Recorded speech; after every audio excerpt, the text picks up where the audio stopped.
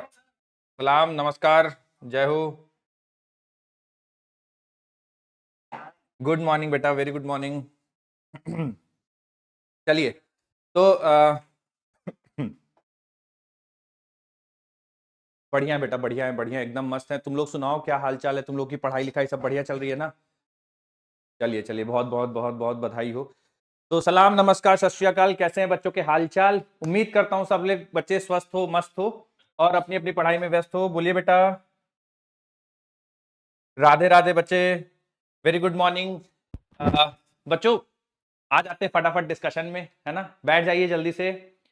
कल की क्लास में हम लोगों ने triangle law of vector addition पढ़ा था, parallelogram law of vector addition पढ़ा था, कुछ फॉर्मूले देखे थे, कुछ आपको इंपॉर्टेंट कंडीशंस बताई थी, है ना? उम्मीद करता हूं सारे बच्चों को सारी चीजें याद होगी। सब्ट्रैक्शन ऑफ वेक्टर देखा था, है ना? सब्ट्रैक्शन ऑफ वेक्टर का फॉर्मूला क्या आता है ना? दो शॉर्टकट फॉर्मूले सीखे थे और बहुत सारी कंडीशन।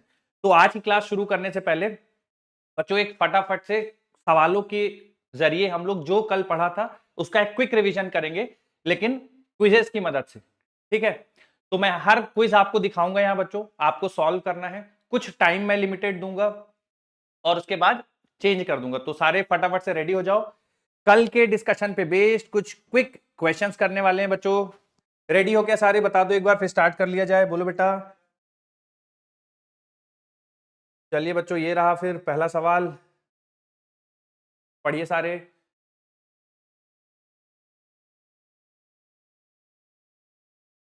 ठीक है। Two equal vectors have a resultant equal to either of them, then the angle between the vectors would be। बच्चों, दो वेक्टर्स का रिजल्टेंट उन्हीं के बराबर है। रिजल्टेंट जब बोलते हैं मतलब समेशन, एडिशन। तो दो वेक्टर्स का जो मैग्नीट्यूड है वो आपस में बराबर है और उनके रिजल्टेंट के भी मैग्नीट्यूड के बराबर है, तो एंगल बिटवीन द वेक्टर्स। बोलिए बच्चों। ए बी सी डी कौन सा? ऑप्शन टू, 120 डिग्री होगा। बिल्कुल। कितने बच्चों का सही था? बढ़िया बढ़िया। जिनका गड़बड़ था बच्चों देख लो। दो वेक्टर्स, बातें नहीं। दो वेक्टर्स जिनके मैग्नीट्यूड बराबर है और उनका रिजल्टेंट भी आपस में बराबर है, तो उनके बीच का एंगल 120 डिग्री होगा। अगला सवाल बेटा।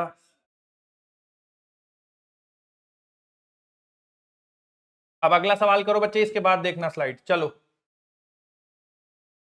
अगला सवाल। सारे बैठिए फटाफट बच्चों, करिए सवाल सॉल्व।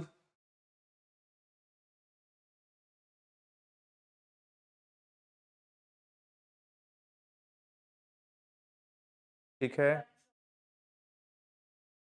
बच्चों, वेट करेंगे, दूसरे भी कंप्लीट कर लें, उसके बाद आगे बढ़ेंगे।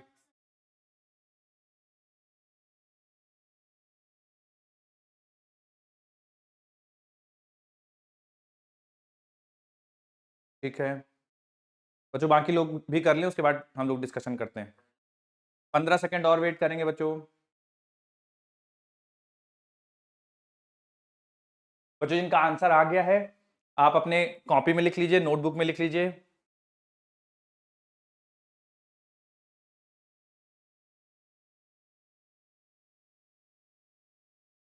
चलिए बच्चों डिस्कशन करते हैं। तो क्वेश्चन बोला गया कि सी बराबर जो है ए प्लस बी है, the angle between A and B is 90 degree, C square is equal to A. बच्चों इसके बारे में क्या कहना है? ये करेक्ट है या इनकरेक्ट है? पहला वाला स्टेटमेंट, फर्स्ट स्टेटमेंट। 90 डिग्री उनके करेक्ट है। दूसरा वाला क्या बोलते हो बेटा? Greater than 90 degree if C square is less than A square plus B square. बच्चों ये स्टेटमेंट भी सही है। अगर एंगल 90 डिग्री से कम होगा, मतलब ये जैसे ए और बी है बेटा, मेरे हाथ दोनों मान लो ए बी है, अब जितना एंगल छोटा होता जाएगा रिजल्टेंट की वैल्यू बड़ी होती जाएगी। जितना एंगल 90 से 90 पे क्या होगा? सी स्क्वायर बराबर A square plus B square. Angle बड़ा करोगे तो सी स्क्वायर की वैल्यू छोटी हो जाएगी, एंगल छोटा करोगे तो सी स्क्वायर की वैल्यू बड़ी हो जाएगी। मेरी बात समझ में आ रही है बच्चों? तो greater than 90 c square is less than, तो बच्चों ये स्टेटमेंट भी सही है। Greater than 90 if C square is greater than A square B square. Greater than 90 if C square is, बच्चों ये लेस देन 90 होगा, मैंने बताया ना। अगर 90 पे है तो सी स्क्वायर बराबर A square plus B square. अगर ये ज्यादा हो गया बच्चों तो सी स्क्वायर की वैल्यू कम हो जाएगी a square plus B square से। और ये हो गया तो सी स्क्वायर की वैल्यू बड़ी हो जाएगी a square plus B square से। अगला कह रहा है less than 90 degree C square will be greater than A square, तो बच्चों ये भी सही है, 1 2 4 आ जाएगा, ऑप्शन 4 सही हो जाएगा।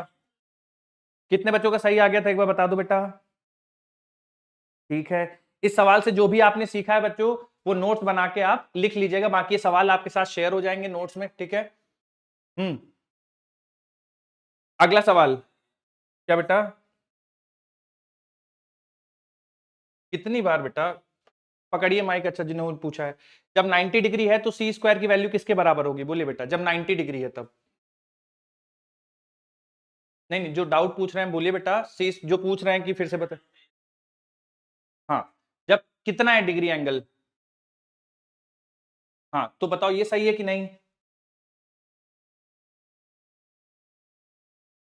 सही है ना बेटा, 90 डिग्री तो बोला करो ना भाई, 90 डिग्री है तो सी स्क्वायर बराबर A square plus B square होगा कि नहीं होगा, ठीक है। अब 90 डिग्री से अगर आप एंगल बड़ा कर दोगे, 90 डिग्री में बराबर उससे बड़ा कर दोगे तो सी स्क्वायर कम हो जाएगा, क्यों, क्योंकि देखो ऐसा हो गया, अगर बच्चों मान लो ए और बी, तो देखिए बी का जो एक कंपोनेंट है वो कम करेगा, है ना, ए की वैल्यू को घटाएगा, तो रिजल्टेंट कम हो जाएगा, ठीक है। अगर दोनों ऐसा मानो ऐसे हैं, ठीक है, दोनों अगर ऐसे हैं तो रिजल्टेंट बड़ा हो जाएगा, सी स्क्वायर की वैल्यू बड़ी हो जाएगी। आप ऐसे भी याद रख सकते हो, जैसे दोनों सेम डायरेक्शन में हो गए तो क्या रिजल्टेंट मैक्सिमम आता है जब दोनों सेम डायरेक्शन में हो गए, बोलो, तब सी की वैल्यू सबसे बड़ी होगी ना, मतलब रिजल्टेंट सबसे बड़ा होगा अगर दोनों सेम डायरेक्शन में रहेंगे, बोलो, और ऑपोजिट रह गए तब फिर क्या होगा बेटा, रिजल्टेंट मिनिमम। तो जैसे जैसे एंगल बढ़ाते जाओगे रिजल्टेंट कम होता जाएगा ना, तो सी स्क्वायर बराबर A square plus B square होगा जब ये सिचुएशन होगी। अब इससे ऊपर ले जाओगे तो सी स्क्वायर कम हो जाएगा, इससे छोटा कर दोगे तो सी स्क्वायर बढ़ जाएगा। क्लियर है क्या, ठीक है बच्चों, ध्यान से सुनिएगा डिस्कशन। अगला सवाल,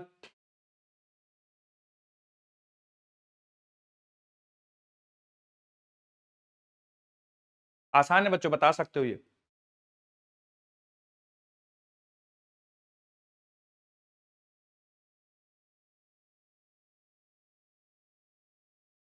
ये और बताओ,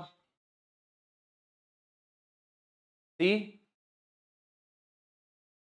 ऑप्शन सी पक्का, तो क्यों बता, ऑप्शन सी कोई एक्सप्लेनेशन देगा, ऑप्शन सी सही है, एक्सप्लेनेशन,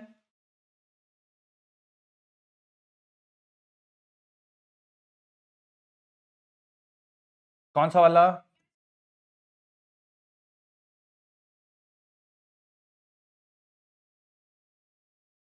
बच्चे मैंने आपको बताया था कि अगर दो वेक्टर्स उनके बीच का उनका मैग्नीट्यूड बराबर हो तो रिजल्टेंट बाइसेक्ट करता है, बच्चों बताया गया था ये आपको कल की क्लास में। और सब्ट्रैक्शन के लिए बताया था कि दो वेक्टर्स का अगर उनकी वैल्यू बराबर हो और सब्ट्रैक्ट किए जाएं, ठीक है, तो जो रिजल्टेंट होगा वो कितने एंगल पे होगा, very good, pi minus theta, याद है क्या बच्चों, half of pi minus theta याद है, ए माइनस बी और ये बताया था मैंने आपको, है ना। तो R is the resultant of two vectors makes theta by two with A, इसका मतलब दोनों की वैल्यू बच्चों बराबर होगी। क्लियर है क्या सबको, कितने बच्चों का सही था हाथ उठाइए। बच्चों जो मैं बोल रहा हूं आपको समझ में तो आ रहा है ना, ठीक है, रिलेट, अगर आप क्विकली आंसर नहीं कर पाते हो इट्स ऑल राइट, लेकिन आप समझो कि मैं क्या बताना चाह रहा हूं आपको। अगला सवाल,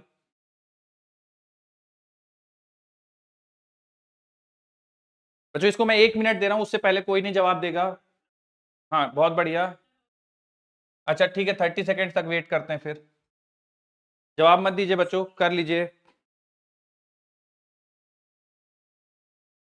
हो गया, वेरी गुड, 10 सेकेंड और वेट करते हैं बच्चों, दूसरे भी कर लें फिर करते हैं डिस्कशन।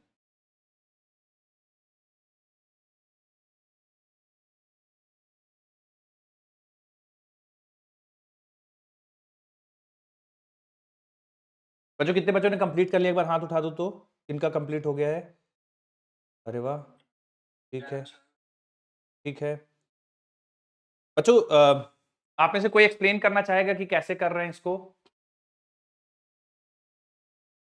हाँ बोलिए बेटा, बोलिए बोलिए बोलिए। ठीक है, हाँ बोलिए। हाँ,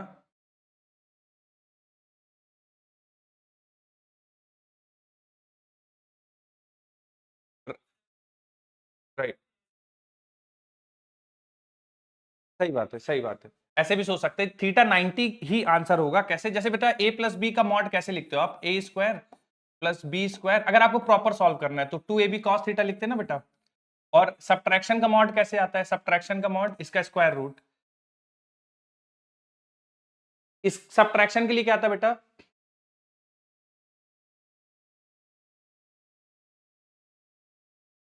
यही आता है ना बेटा। अब दोनों का स्क्वायर रूट दोनों साइड से हटा सकते हैं। A square plus B square plus 2ab cos theta बराबर A square plus B square minus 2ab cos theta. बच्चों यहाँ से A square B square cancel हो जाएगा, बोलो, है ना।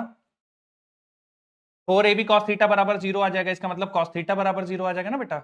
इधर ले आओगे इसको।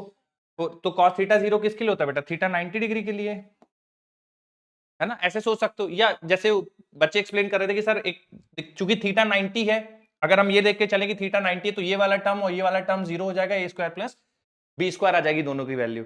तो 90 डिग्री बच्चों इसका सही आंसर होगा। कितने बच्चों ने सोच लिया था एक्सप्लेनेशन से पहले? कितने बच्चों ने सोच लिया था? बच्चों समझ में आ रहा है क्या? बोलो फटाफट। ठीक है, अगला सवाल।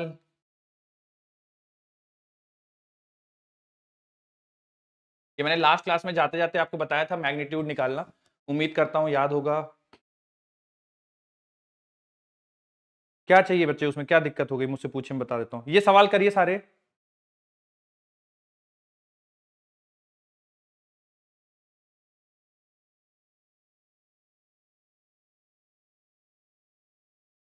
बच्चों नोट करने के लिए स्लाइड ना परेशान होइए, क्योंकि क्वेश्चन है, आप पूरा नोट मुश्किल ही कर पाएंगे। अगर आपको क्वेश्चन में से कुछ इंपॉर्टेंट पॉइंट नोट करना है तो वापस से इनको डाउनलोड करके क्विकली आप इंपॉर्टेंट पॉइंट नोट कर लीजिएगा।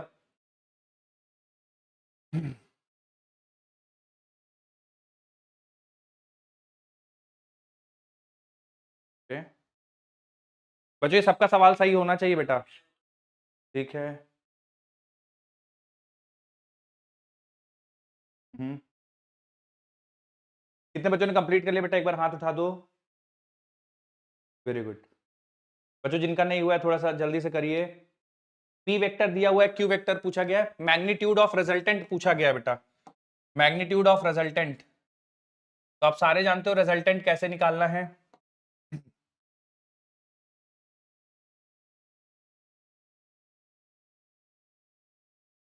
देखिए बेटा, तो P और Q का रिजल्टेंट कैसे निकालेंगे बेटा? तो वेक्टर R मान लीजिए रिजल्टेंट लिख दो, तो क्या बेटा vector P plus vector Q हो जाएगा। बोलिए बेटा, है ना। अब वेक्टर P देखिए गिवन है 2i। देखो बच्चों अगर वेक्टर को जोड़ना आप लोगों को नहीं पता है, ठीक है, तो मैं देखिए सिखा रहा हूं, प्लीज ध्यान से सुनिए। वेक्टर P गिवन है 2i minus 3j plus 4k, 2i minus 3j plus 4k। और वेक्टर Q गिवन है बच्चों, ध्यान से देख लीजिए, j माइनस 2k, तो 0i और j माइनस 2k। बच्चों जिनको नहीं पता है देख लीजिए भैया वेक्टर कैसे जोड़ते हैं।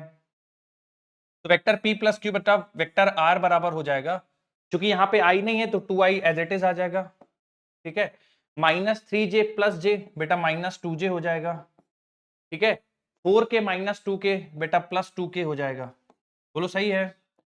और इसका अगर हमें मैग्नीट्यूड निकालना है बच्चों, तो कल मैंने बताया था कि अगर vector i plus x i plus y j plus z के दिया हो तो इसका जो मैग्नीट्यूड होता है बच्चों, अगर तुम लोग को याद हो कल की क्लास में, तो under root of i component का स्क्वायर। Very good. तो a x square plus a y square कर देंगे बेटा, और प्लस ए जेड स्क्वायर कर देंगे। सही है ना। तो बेटा ये 2√3 आ जाएगा, है ना। 2√3 सेकंड ऑप्शन करेक्ट हो जाएगा। अब किसी को इसमें भी डाउट हो रहा है कि 2√3 कैसे? तो देखो 2 square plus 2 square plus 2 square, 3 times 2 square, तो 2 बाहर आ जाएगा और 3 अंदर बच जाएगा, तो 2√3 इसका आंसर आ जाएगा। सेकंड ऑप्शन करेक्ट हो जाएगा। कितने बच्चों ने करेक्ट निकाल लिया था इसको बेटा? हाथ उठाओ। ठीक है, गुड। अब बच्चों अगर सब्ट्रैक्शन दे देता कि p माइनस क्यू सब्ट्रैक्ट कर दो, तो बच्चे वो भी कर सकते थे क्या हम? सब्ट्रैक्शन के बाद मान लो मैं आपसे सवाल पूछ देता p माइनस क्यू, बच्चों देख लीजिए, ये भी समझ लीजिए सब्ट्रैक्शन वाला, क्योंकि छोटी छोटी चीजें हैं, बहुत सारे बच्चों को पता होंगी, कुछ को नहीं पता होंगी, तो उनके लिए मैं बता रहा हूं।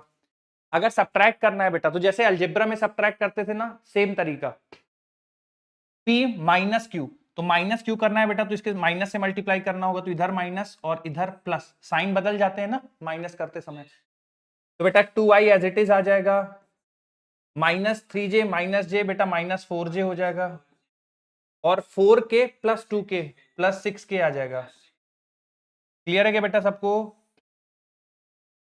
तो बच्चों दो वेक्टर्स गिवन है, तो क्या आप उन वेक्टर्स को जोड़ और घटा दोनों सकते हो? बोलो बेटा, कितने बच्चों को जोड़ना घटाना दोनों वेक्टर का आ गया? एक बार हाथ उठा दो। ठीक है बच्चों, इसको फिर मैं अलग से नहीं, इसको कॉन्सेप्ट लूंगा, है ना, इसी में आप समझ जाओ, बहुत आसान है। आई जोड़ना है, जे जोड़ना है, के जोड़ना है, जब घटाना हो तो जिस वेक्टर को घटा रहे हो उसके साइन चेंज कर दो बस। चलिए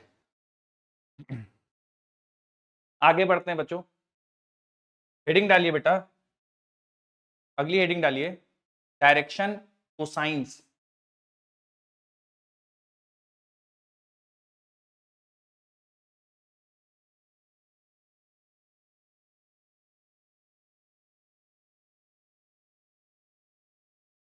अगली हेडिंग डाल लीजिए बेटा, डायरेक्शन कोसाइंस।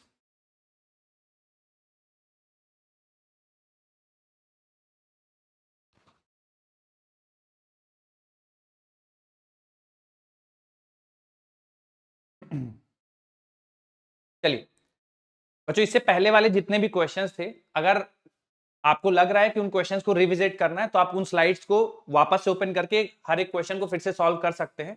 और कोई ऐसा पॉइंट लग रहा हो कि यार ये मुझे अपने नोट्स में इंक्लूड करना चाहिए, या मैं लिखना भूल गया था, तो आप उसको अपने नोट्स में लिख भी सकते हो, कोई भी अगर आपको पॉइंट ऐसा लग रहा हो। ठीक है, अब थोड़ी देर बच्चों ध्यान से सुनेंगे, बहुत ध्यान से, डायरेक्शन कोसाइन क्या होते हैं और डायरेक्शन कोसाइन की मदद से हम निकाल क्या सकते हैं। बच्चों अगर आपको लास्ट क्लास में याद हो, मैंने आपको एक कंपोनेंट ऑफ वेक्टर लेना सिखाया था, ठीक है, और अगर बच्चों याद हो तो सारे बच्चे आंसर करने की कोशिश कर रहे हैं। मान लीजिए बेटा एक वेक्टर हमारे पास ऐसे गिवन है, ठीक है, मैं इसको बोल देता हूं वेक्टर ए, और बेटा इसका मॉड मैं मान लेता हूं ए है। बच्चे कोई वेक्टर ए गिवन है, उसका मॉड ए है, और बेटा ये मान लीजिए एंगल अल्फा बना रहा है एक्स एक्सिस के साथ, एक्स एक्सिस के साथ मान लीजिए बेटा एंगल अल्फा बना रहा है। तो मैं अगर आपसे पूछूं कि बेटा इसका कंपोनेंट बता दीजिए अलोंग एक्स एक्सिस, इस वेक्टर का एक्स एक्सिस के अलोंग कंपोनेंट बता दीजिए। वेरी गुड, थैंक यू बेटा। तो ए एक्स क्या हो जाएगा बच्चों? ए कॉस अल्फा हो जाएगा, मानते हैं आप सारी मेरी बात? ठीक है, तो ए एक्स हो जाएगा ए कॉस अल्फा। इसी तरह से बच्चों मान लीजिए ये वेक्टर जो ए है वो वाई एक्सिस के साथ बीटा एंगल बना रहा है, तो मैं y कंपोनेंट कैसे लिखूंगा? ए वाई, ए कॉस बीटा। मेरी बात समझ में आ रही है बेटा आपको? अगर ये वेक्टर, अभी तो देखिए बच्चों ये 2D प्लेन में वेक्टर है ना, अगर ये 3D में होता तो इसी कंटिन्यूएशन में मैं क्या बेटा, अगर वो जैसे अल्फा बना रहा है एक्स एक्सिस के साथ, बीटा बना रहा है वाई एक्सिस के साथ, मान लीजिए जेड एक्सिस के साथ बनाने वाला एंगल गामा होता, तो कंपोनेंट अलोंग जेड एक्सिस बच्चों कैसे लिख देता फिर? ए, सारे बच्चों को समझ में आ रहा है बेटा ये? तो ये कॉस अल्फा, कॉस बीटा और कॉस गामा। अब बच्चों ये जो कॉस अल्फा, कॉस बीटा और कॉस गामा होते हैं, इन्हीं को बोला जाता है डायरेक्शन कोसाइन। तो डायरेक्शन कोसाइन ये बच्चों कहलाएगा कॉस अल्फा, ये डायरेक्शन कोसाइन है, ठीक है, और इसकी वैल्यू कितनी होगी? ए एक्स अपॉन ए, ठीक है।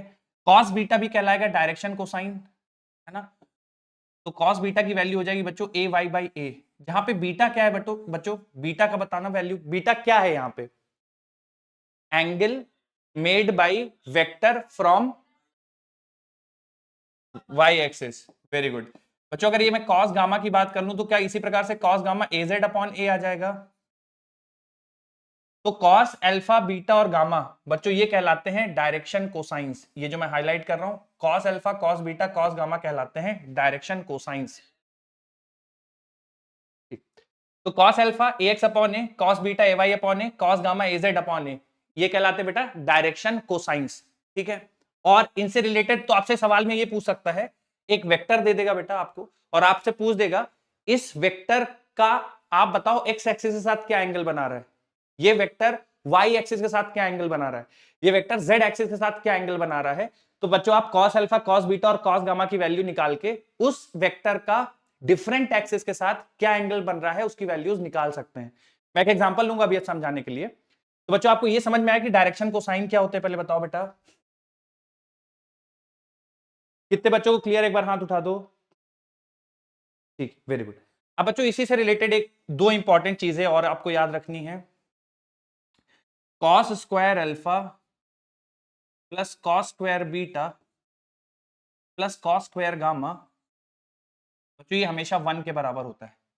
ठीक है, cos square alpha plus cos square beta plus cos square gamma ये हमेशा 1 के बराबर हो। कैसे प्रूव कर सकते हैं बेटा, दोनों साइड इसका स्क्वायर कर दो, इसका स्क्वायर कर दो, इसका स्क्वायर कर दो, जब ऐड करोगे तो ऊपर बन जाएगा।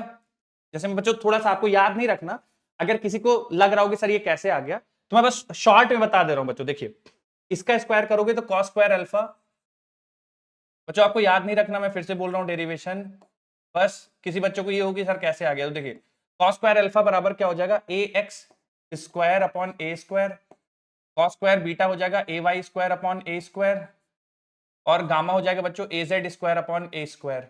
जब बच्चों आप ऐड करोगे तो नीचे तो ए स्क्वायर कॉमन है, बोलिए बेटा, ऊपर बनेगा ए x square plus a y square plus a z square, बोलिए बेटा सही है ना। तो a x square plus a y square plus a z square तो बेटा ए स्क्वायर ही है ना, उसका मतलब समझ रहे हो ये बात, ए square actually A x square plus a y square plus a z square के बराबर ही होगा ना। तो दोनों से ये कैंसिल हो जाएंगे बेटा, 1 बन जाएगा। मेरी बात समझ में आ रही है। तो ये डायरेक्ट पॉइंट याद रखना है कि cos square alpha plus cos square beta plus cos square gamma बराबर 1 होगा। डायरेक्ट डेरिवेशन नहीं याद रहता है, बिल्कुल कोई परेशानी नहीं है। उसके अलावा बच्चों ये देखिए कॉस स्क्वायर अल्फा को लिख सकता हूं 1 माइनस साइन स्क्वायर अल्फा। कोई मेरी मदद करेगा कि ये कैसे लिख दिया गया है बेटा, कोई मेरी मुझे बताएगा कि कॉस, हाँ बोलिए।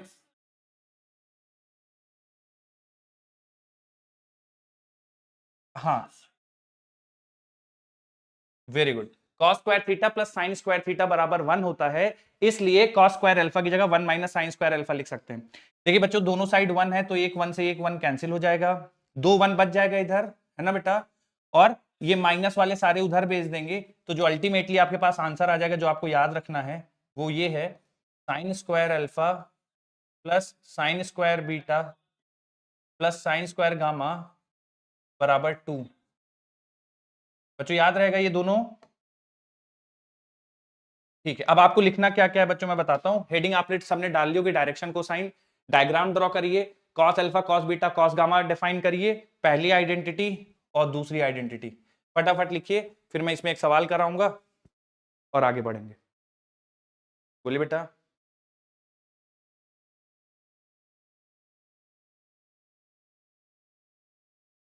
हाँ हाँ वो भी लिख सकते हैं बच्चे, क्योंकि मुझे आपको डायरेक्शन कोसाइन समझाना था ना, इसलिए मैंने कॉस के टर्म में लिखा।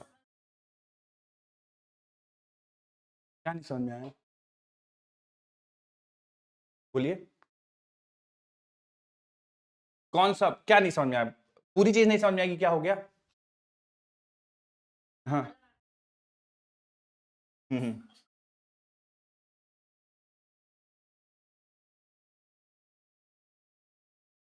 एक सेकंड। देखो बेटा दोनों तरीके कर सकते हैं, अगर आपके पास ये गिवन है ना, ए गिवन है और अल्फा गिवन है, तो ये वाला कंपोनेंट ए साइन अल्फा हो जाएगा, ठीक है, वाई के अलॉन्ग, बोलो सही है। अब मैं कह रहा हूं कि बेटा मुझे ना जानबूझ के लिखना है कॉस बीटा के टर्म में, मुझे बीटा के टर्म में लिखना है। मान लो ये गिवन है, ए गिवन है, बीटा गिवन है, तो मुझे बीटा के टर्म में लिखना है, तो क्या ए कॉस बीटा बराबर ए वाई होगा, राइट, ये वाला वाई के अलॉन्ग है, देखो ना, ठीक है। तो ए वाई, ए वाई जो है वो ए कॉस बीटा होगा। अब सर क्यों ही कॉस बीटा क्यों लिखा, क्योंकि हम लोग पढ़ वैसा टॉपिक रहे ना, डायरेक्शन को साइन, मुझे cos alpha cos beta cos gamma आपको समझाना है, इस वजह से।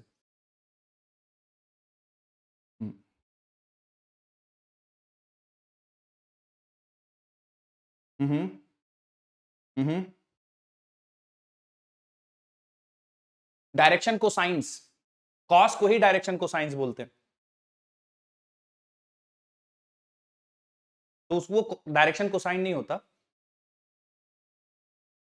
कोसाइन मतलब कॉस।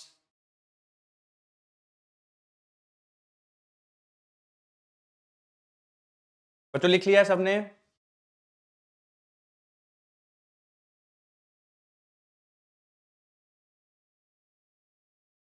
ठीक है,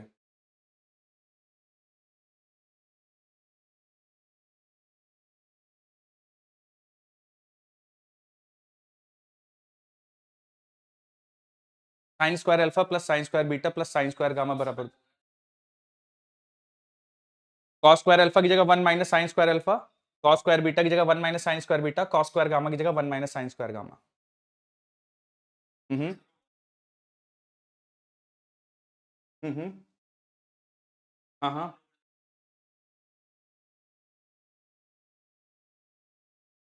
हाँ।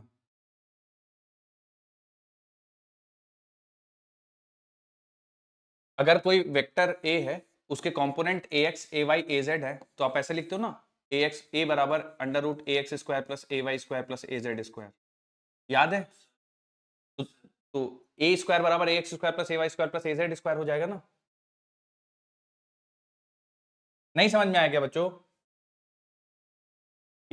आया है ना ये? बस एक ही स्टेप मैंने गायब किया, क्योंकि ये मैंने आपको कल बताया था, तो मुझे लगा कि आप लोग को याद होगा। चलिए, अब बच्चों मैं आपको थोड़ा सा इस कॉन्सेप्ट की यूटिलिटी बताता हूं, या आपसे सवाल कैसे बन सकते हैं बच्चों, वो थोड़ा सा देख लेते हैं एक बार। तो पहला और सबसे एक सवाल जैसे बच्चों ये देख लेते हैं, ध्यान से सुनिएगा सारे बच्चे। डायरेक्शन कोसाइन तो हम समझ गए क्या होते हैं, अब उन डायरेक्शन कोसाइन से सवाल कैसे बनते हैं वो भी देखिए। जैसे बच्चों इसमें सवाल में बोला गया, find out angle made by vector A which is I plus J plus K from X Y and Z axes respectively. तो बच्चों जब ये एक्स एक्सिस से एंगल पूछ रहा है, इसका मतलब मुझे अल्फा की वैल्यू निकालनी है, वाई एक्सिस से पूछ रहा है मतलब बीटा निकालना है, जेड एक्सिस से पूछ रहा है मतलब गामा निकालना है। बोलो बच्चों बात सही है ना? और कॉस अल्फा बराबर बच्चों हम लोगों ने क्या पता, एक बार पढ़ा, एक बार बता दो। कॉस अल्फा क्या बेटा, ए एक्स अपॉन ए पढ़ा है। और कॉस बीटा बराबर हम लोगों ने क्या पढ़ा है बच्चों? और कॉस गामा क्या पढ़ा है बेटा? ए जेड अपॉन ए। अब बच्चों आपके सामने वेक्टर गिवन है, तो ए का मतलब क्या होता है बच्चों? ए का मतलब क्या है? जैसे वेक्टर यहां पे गिवन है, ए का मतलब क्या होता है बेटा? ये जो ए बार बार लिख रहा हूं, magnitude of A vector, right बच्चों? तो यहाँ पे वेक्टर ए गिवन है, तो इसका मैग्नीट्यूड हम लोग कैसे निकाल सकते हैं? Under root of x component का स्क्वायर तो 1 हो जाएगा, जे कॉम्पोनेंट का स्क्वायर 1 हो जाएगा, के कॉम्पोनेंट का स्क्वायर 1, क्या बच्चों √3 आएगा, है ना? तो cos अल्फा यानी x एक्सिस के साथ बनने वाला एंगल बच्चों ध्यान से देखिएगा, ax upon a, x component कितना है बच्चों? 1 है क्या? और a की वैल्यू √3, तो क्या x है ना? तो x एक्सिस से बनने वाला एंगल बच्चों अल्फा क्या cos इनवर्स 1/√3 हो जाएगा बेटा? और बीटा के लिए बच्चों निकालोगे तो ए वाई की वैल्यू कितनी है, बोलिए बेटा? 1। कॉस बीटा लिख देता हूं 1, और ए की वैल्यू कितनी बच्चों? √3। तो क्या बीटा बराबर कॉस इनवर्स 1/√3 आ जाएगा?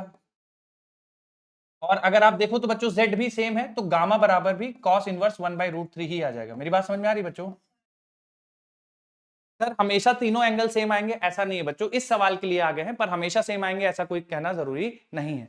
क्या sir cos square alpha plus cos square beta plus cos square gamma, क्या ये हमेशा 1 रहेगा? हाँ, ये हमेशा 1 रहेगा। क्या sign square alpha plus sine square beta plus sine square gamma, क्या हमेशा 2 रहेगा? हाँ, वो हमेशा 2 रहेगा।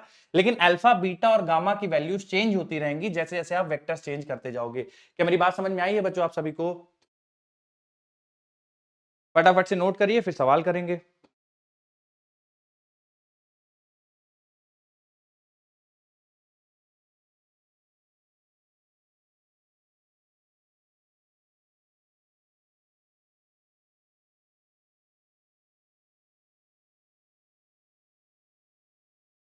हो गया बच्चों? हाँ हाँ।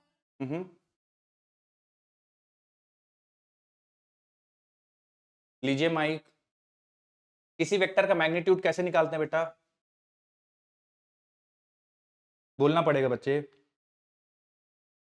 किसी वेक्टर का मैग्नीट्यूड, हाँ, अंडर रूट करके क्या? बोलिए बेटा। अंडर रूट कैसे निकालते? लास्ट टॉपिक है क्लास का, कोई फॉर्मूला कहीं लिखा है तो देख के भी बोल सकते हैं, ऐसा कुछ नहीं है, बोलिए बस। प्लस ए जेड स्क्वायर, है ना? तो अब मुझे बताओ कि इसमें ए एक्स क्या है बेटा, इसमें ए एक्स क्या है? आई का जो कंपोनेंट होता है बच्चे वो ए एक्स होता है ना। जैसे हम लोग वेक्टर ऐसे लिखते हैं, ए x i plus a Y j plus a Z के। तो जो आई का कंपोनेंट है वो ए एक्स कहलाता है। तो देखो ए एक्स स्क्वायर, तो वन का स्क्वायर वन हो गया, बोलिए ठीक है। और जे का कंपोनेंट क्या कहलाएगा बेटा, बोलो अब। जे का कंपोनेंट क्या होगा? ए वाई, है ना? तो ए वाई का स्क्वायर वन, चूंकि यहां पे ए वाई वन है तो वन का स्क्वायर वन, बोलो ठीक है। के का कंपोनेंट क्या होता है बेटा? ए जेड, सही है। तो ए जेड का स्क्वायर यानी वन का स्क्वायर, क्या बच्चों यहां फिर से वन आ जाएगा, तो one plus one root three आ जाएगा। क्लियर है? मैग्नीट्यूड निकालना भैया आना चाहिए सबको, है ना? दो हम लोगों ने सवाल किए हैं, प्रैक्टिस में भी किए हैं। चलिए एक सवाल करते बच्चों यहां पे। दो सवाल हैं, एक मिनट है बच्चों। एक तो आप देखते ही मार लोगे, मार्क कर लोगे, दूसरे में थोड़ा कैलकुलेशन हो सकता है। कॉन्फिडेंस से गलत जवाब।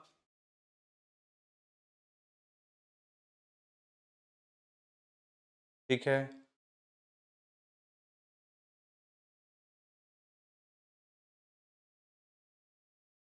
हाँ दोनों सवाल हो गए बच्चों। कितने बच्चों के हो गए दोनों सवाल, हाथ उठाओ।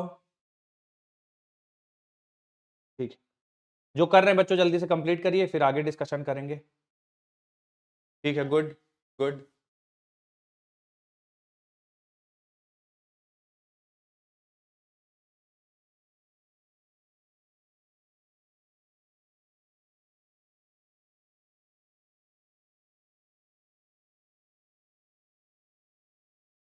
चलिए बच्चों, पहले वाले का आंसर कौन सा ऑप्शन होगा सही? ऑप्शन थर्ड सही होगा, आंसर होगा टू। बोलो क्लियर है बच्चों? Direction cosine of vector i plus J plus root two k r. तो डायरेक्शन कोसाइन मतलब निकालना है बच्चों, मतलब cos alpha cos beta cos gamma निकालना है। कॉस अल्फा होगा ए एक्स, ए एक्स तो बेटा वन है ना? और ए मतलब मैग्नीट्यूड, बेटा मैग्नीट्यूड ऑफ वेक्टर कैसे निकालेंगे? Under root of a x square plus a y square plus a z square, है ना? रूट टू का स्क्वायर टू, ठीक है। दो चार पांच, दो तीन चार, सॉरी हाँ, अंडर रूट में फोर, तो क्या बेटा टू आ जाएगा। कॉस बीटा की वैल्यू निकालेंगे बच्चों, तो आई जे वन है, ए वाई डिवाइडेड बाई मॉड ए, सही है बेटा। और कॉस गामा निकालेंगे तो ए जेड बेटा रूट टू है ना? डिवाइडेड बाई मैग्नीट्यूड बेटा टू, यानी वन बाई रूट टू हो जाएगा। बोलो सही है? तो one by two plus one by two, option third match कर जाएगा। सही है क्या बेटा? कितने बच्चों का सही था, हाथ उठाओ एक बार। Very good, very good. तो क्या बच्चों आप डायरेक्शन कोसाइन सब निकाल लोगे? कोई वेक्टर गिवन है तो क्या डायरेक्शन कोसाइन निकाल लेंगे बेटा? वो वेक्टर एक्स वाई और जेड एक्सिस के साथ क्या एंगल बनाता है, क्या वो भी निकाल लेंगे बेटा? और cos square alpha plus cos square beta plus cos square gamma हमेशा कितने के बराबर होगा? Cos square alpha plus cos square beta plus cos sine square alpha plus sine square beta plus sine square gamma. Very good. आखिरी सवाल इस concept में बच्चों, गड़बड़ नहीं करना।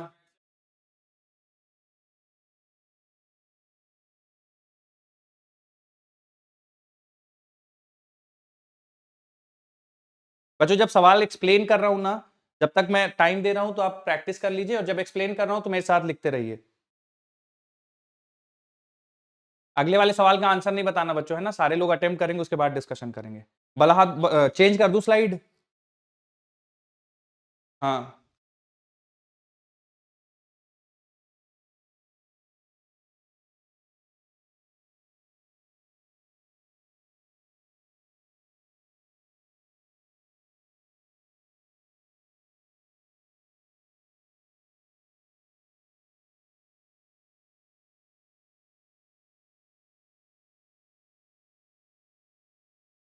कर दे चेंज स्लाइड बच्चों?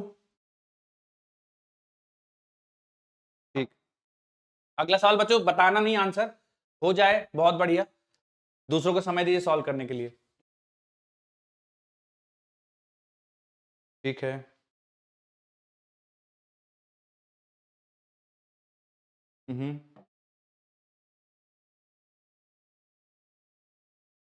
बच्चों तुम लोग प्रेशर में मत आ जाया करो, कुछ बच्चे ऐसे ही बोल देते हैं हो गया हो गया।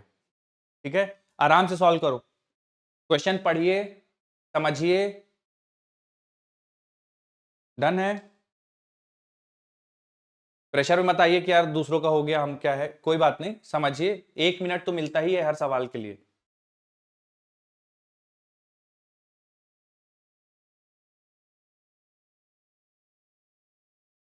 डन है बेटा? कितने लोगों ने कंप्लीट कर लिया, हाथ उठाओ। Very good. बच्चों जिनका नहीं हुआ है जरा ध्यान से देखिए, कह रहा है कि ये वेक्टर एक्स एक्सिस से कितना एंगल बनाएगा, तो मुझे बता दो बच्चों, cos alpha, cos beta, cos gamma में से कौन सा निकालना होगा, बोलो। Cos alpha, very good. तो बेटा कॉस अल्फा का फॉर्मूला क्या होता है बेटा, बोल दो जल्दी से। ए एक्स अपॉन ए, बोलो सही है क्या बच्चों? ए एक्स की वैल्यू कितनी है बेटा यहाँ पे? √3। बच्चों ए कैसे निकालेंगे, क्या वो मैग्नीट्यूड होगा इस वेक्टर का? तो अंडर रूट ऑफ √3 का स्क्वायर बेटा 3 हो जाएगा, और 1 का स्क्वायर बेटा 1 हो जाएगा, √4 क्या बेटा 2 होगा, तो अंडर √3/2। तो क्या बच्चों अल्फा की वैल्यू 60 डिग्री हो जाएगी, तो π/3 रेडियन आंसर आएगा, तीसरा वाला ऑप्शन सही हो जाएगा। कितने बच्चों का आ गया था, हाथ उठा दो। भाई अब मेरी गलती, मेरी गलती, my mistake, I am sorry. हाँ, अल्फा की वैल्यू कितनी हो जाएगी बच्चों, 30 डिग्री हो जाएगी, π/6 आंसर आएगा। My mistake, sorry sorry sorry. बताओ कौन सा आंसर सही होगा फिर? पहला ऑप्शन सही हो जाएगा ना, π/6। कितने बच्चों का सही था, हाथ उठाओ। Very good, very good. चलिए बच्चों आगे बढ़ते हैं बेटा। नेक्स्ट,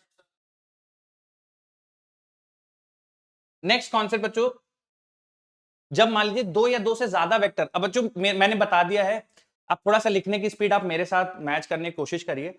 जैसे मैं एक्सप्लेन कर रहा हूं ना, आपको समय मिलता है, सवाल आ गया आपके सामने, आप अटेम्प्ट करो, ठीक है, और उसमें अटेम्प्ट करते करते कुछ पार्ट आप लिख लोगे, कुछ पार्ट मेरे एक्सप्लेन करने के बाद ऐड होगा, तो आप मेरे एक्सप्लेन करते करते ही आप चीजों को ऐड कर लो, ठीक है। चलिए अगला कॉन्सेप्ट बच्चों क्या पढ़ाना है, लिखिए, बोलो क्या क्या समस्या है भैया।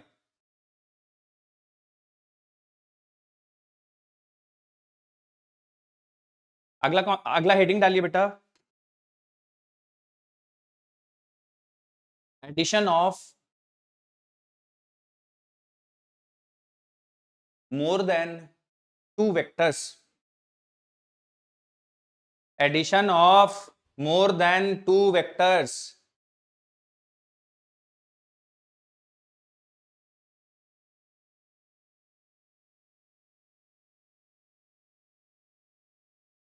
बड़े बच्चों आगे लिख लिया सबने ये?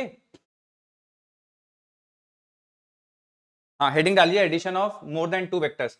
एक्चुअली बच्चों जो अगला कॉन्सेप्ट है जो हम लोग अभी पढ़ने वाले हैं, इसमें दो वेक्टर्स एक साथ, आपको दो या दो से ज्यादा वेक्टर्स एक साथ ऐड करने पड़ेंगे। इस टाइप के सवाल आपको generally force, Newton's laws of motion में दिखेंगे, है ना, या इन जनरल फिजिक्स में कहीं पे भी दिख सकते हैं, ज्यादातर केसेस में आपको न्यूटन्स लॉज ऑफ मोशन में दिखेंगे। तो आप जरा बच्चों ध्यान से सुनिए, इसका मैं एक एग्जांपल लेता हूं बच्चों। मान लीजिए ऐसे कुछ एक्सेस सिस्टम हमारे पास गिवन है, ये एक्सेस है, वाई एक्सेस और एक्स एक्सेस, ठीक है। मान लीजिए बच्चों यहाँ पे एक ब्लॉक रखा हुआ है, ठीक है, कुछ इस तरह से ब्लॉक रखा हुआ है, और इस ब्लॉक पे बहुत सारे फोर्सेस लग रहे हैं, 2 लग सकते हैं, 3 लग सकते हैं। मान लीजिए कुछ फोर्सेस बच्चों ऐसे लग रहे हैं, ध्यान से देखिएगा बेटा, एक फोर्स इधर लग रहा है, एक फोर्स इधर लग रहा है, एक फोर्स इधर लग रहा है। सबके मैग्नीट्यूड बता दीजिए बच्चों, ये मान लो 20 न्यूटन है और एंगल 37 डिग्री गिवन है। मान लीजिए बच्चों ये 50 न्यूटन है और एंगल 53 डिग्री गिवन है, और मान लीजिए बच्चों ये 20 न्यूटन है ना, डाउनवर्ड्स फोर्स लग रहा है। आपसे क्वेश्चन में पूछ दिया नेट रिजल्टेंट बता दीजिए कितना लगेगा। अब इसमें बच्चों और भी फोर्सेस आप ऐड कर सकते हो, ठीक है, ऐसा नहीं कि 3 ही मिलेंगे, 3 से ज्यादा आप भी कर दो, कॉन्सेप्ट सेम रहेगा, ठीक है बच्चों। जैसे एक और ऐड कर देते हैं, अगर मान लीजिए फोर्स एक इधर लगा देते हैं, चलिए, है ना, 5 न्यूटन का। तो बच्चों 2 या 2 से ज्यादा फोर्स, है ना, मान लीजिए कुछ इस तरह से ऐड कर रहे हैं, हमसे क्वेश्चन में पूछ दिया गया फाइंड रिजल्टेंट, नेट फोर्स बताना है, सवाल में पूछ दिया फाइंड नेट फोर्स। देखिए बच्चों, आप में से कुछ बच्चों को शायद ऑलरेडी पता हो, कुछ बच्चों को इसमें तकलीफ होती होगी, तो दोनों ही बहुत ध्यान से सुनिए क्या कर रहे हैं हम लोग, ठीक है, फिर एक्सप्लेनेशन के बाद आप आराम से इसको सॉल्व करिएगा बिना बोर्ड की मदद लिए। अभी आप ध्यान से सुनिए, ठीक है, अगला सवाल इसी पे। तो 50, 20, 20 और ये 5 हमसे पूछेगा नेट फोर्स बता दीजिए। जब भी बच्चों इस टाइप की सिचुएशन आए तो आपको क्या करना है, 2 चीजें करनी बेटा। आपको सारे फोर्सेस जो एक्स एक्सिस में लिख रहे हैं लग रहे हैं उनको अलग लिख लीजिए, सारे फोर्सेस जो वाई एक्सिस में लग रहे हैं उनको अलग लिख लीजिए और जोड़ दीजिए, ठीक है। जैसे समेशन का मतलब होता है बच्चों ऐड करना, तो वाई एक्सिस में जितने फोर्सेस लग रहे हैं उन सबको जोड़ दीजिए और एक्स एक्सिस में जितने फोर्सेस लग रहे हैं उन सबको जोड़ दीजिए, ठीक है बेटा। जैसे एग्जांपल के लिए बच्चे मुझे बता दो केवल एक्स एक्सिस में कौन सा फोर्स, इनमें से कौन सा फोर्स तुम्हें इजीली दिख रहा है कि यार ये एक्स एक्सिस पे पूरा फोर्स एक्स एक्सिस पे लग रहा है, बोलो। 5 न्यूटन, थैंक यू बेटा, 5 न्यूटन हो गया। क्या बच्चों एक 20 न्यूटन का एक कंपोनेंट भी आएगा एक्स एक्सिस के अलोंग, बोलो। तो 20 न्यूटन का एक्स एक्सिस के अलोंग कंपोनेंट कौन सा होगा बेटा? 20 cos 37, बच्चों सही लिख रहा हूं ना? क्या बच्चा 20 न्यूटन का कोई कंपोनेंट एक्स एक्सिस के अलोंग आएगा क्या? नहीं। 20 cos 90 कर दोगे तो बच्चों 0 हो जाएगा ना। तो y जो भी फोर्स y एक्सिस के अलोंग लग रहे होंगे, भले ही निगेटिव y या पॉजिटिव y, उनका कोई भी कंपोनेंट x एक्सिस के अलोंग नहीं आएगा, ध्यान रखिएगा। इसका उल्टा भी सही है कि कोई फोर्स अगर x एक्सिस के अलोंग है तो उसका कोई भी कंपोनेंट y एक्सिस के अलोंग नहीं आएगा। जैसे 5 न्यूटन का कंपोनेंट 20 के अलोंग यानी y एक्सिस के अलोंग नहीं आएगा, और 20 का कंपोनेंट कभी भी x एक्सिस के अलोंग नहीं आएगा। मेरी बात समझ में आ रही सारे बच्चों को? तो 5 लिख दिया, 20 cos 37 लिख दिया, 50 का बोलेंगे क्या बच्चों? 50 का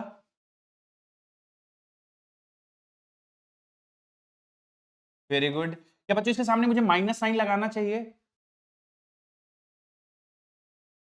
माइनस साइन इसलिए लगाना चाहिए बेटा क्योंकि इसका जब आप कंपोनेंट लेंगे तो क्या इधर आएगा बच्चों, यानी निगेटिव एक्स एक्सिस के अलोंग कंपोनेंट आएगा, है ना बच्चे, इसलिए माइनस पुट कर रहे हैं। कोई फोर्स रह गया क्या बच्चों? इसका लिख लिया, इसका लिख लिया, इसका लिख लिया, इसका तो कभी आएगा नहीं, तीनों करेक्ट है, बोलो सही है ना बच्चों। अब सिंप्लीफाई कर लो। ये वाला बच्चों ये वेक्टर गिवन नहीं था, है ना, ये तो मैंने आपको समझाने के लिए कि इसका प्रोजेक्शन ले रहे हैं। बच्चों जोड़ दो सारे, तो 5 प्लस 20 cos 37 कितना होता है बच्चों? 4/5 माइनस 50 cos 53 बेटा होता है 3/5। तो आप जब बच्चों इसको सिंप्लीफाई करेंगे तो देखिए 5 से कैंसिल होकर 4 हो जाएगा, 5 से कैंसिल करके 10 हो जाएगा, क्या बचेगा बच्चों बता दो? 5 प्लस 16 माइनस 30, सही है ना बेटा? तो बोलिए बेटा, माइनस क्यों आया पूछ रहे हैं ये? देखिए ये वेक्टर ऐसा है ना बेटा, इधर है ना, आप इसका कंपोनेंट लेंगे तो किस एक्सिस के लॉन्ग आएगा बोलिए? माइनस एक्स एक्सिस के। तो अगर आप इसको प्लस लिख रहे हैं, इधर वाले को आप पॉजिटिव मान रहे हैं ना, इधर वालों को पॉजिटिव मानते हैं, जैसे 5 पॉजिटिव है, इसका कंपोनेंट इधर आएगा वो भी पॉजिटिव, तो इसका जब कंपोनेंट लेंगे, जब ये पीछे की तरफ आ रहा है निगेटिव की तरफ, तो उसको माइनस साइन के साथ लिखेंगे ना, वेक्टर क्वांटिटी है, बोलिए।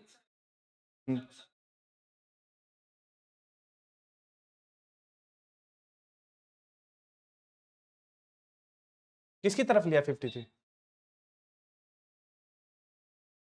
हाँ, हाँ,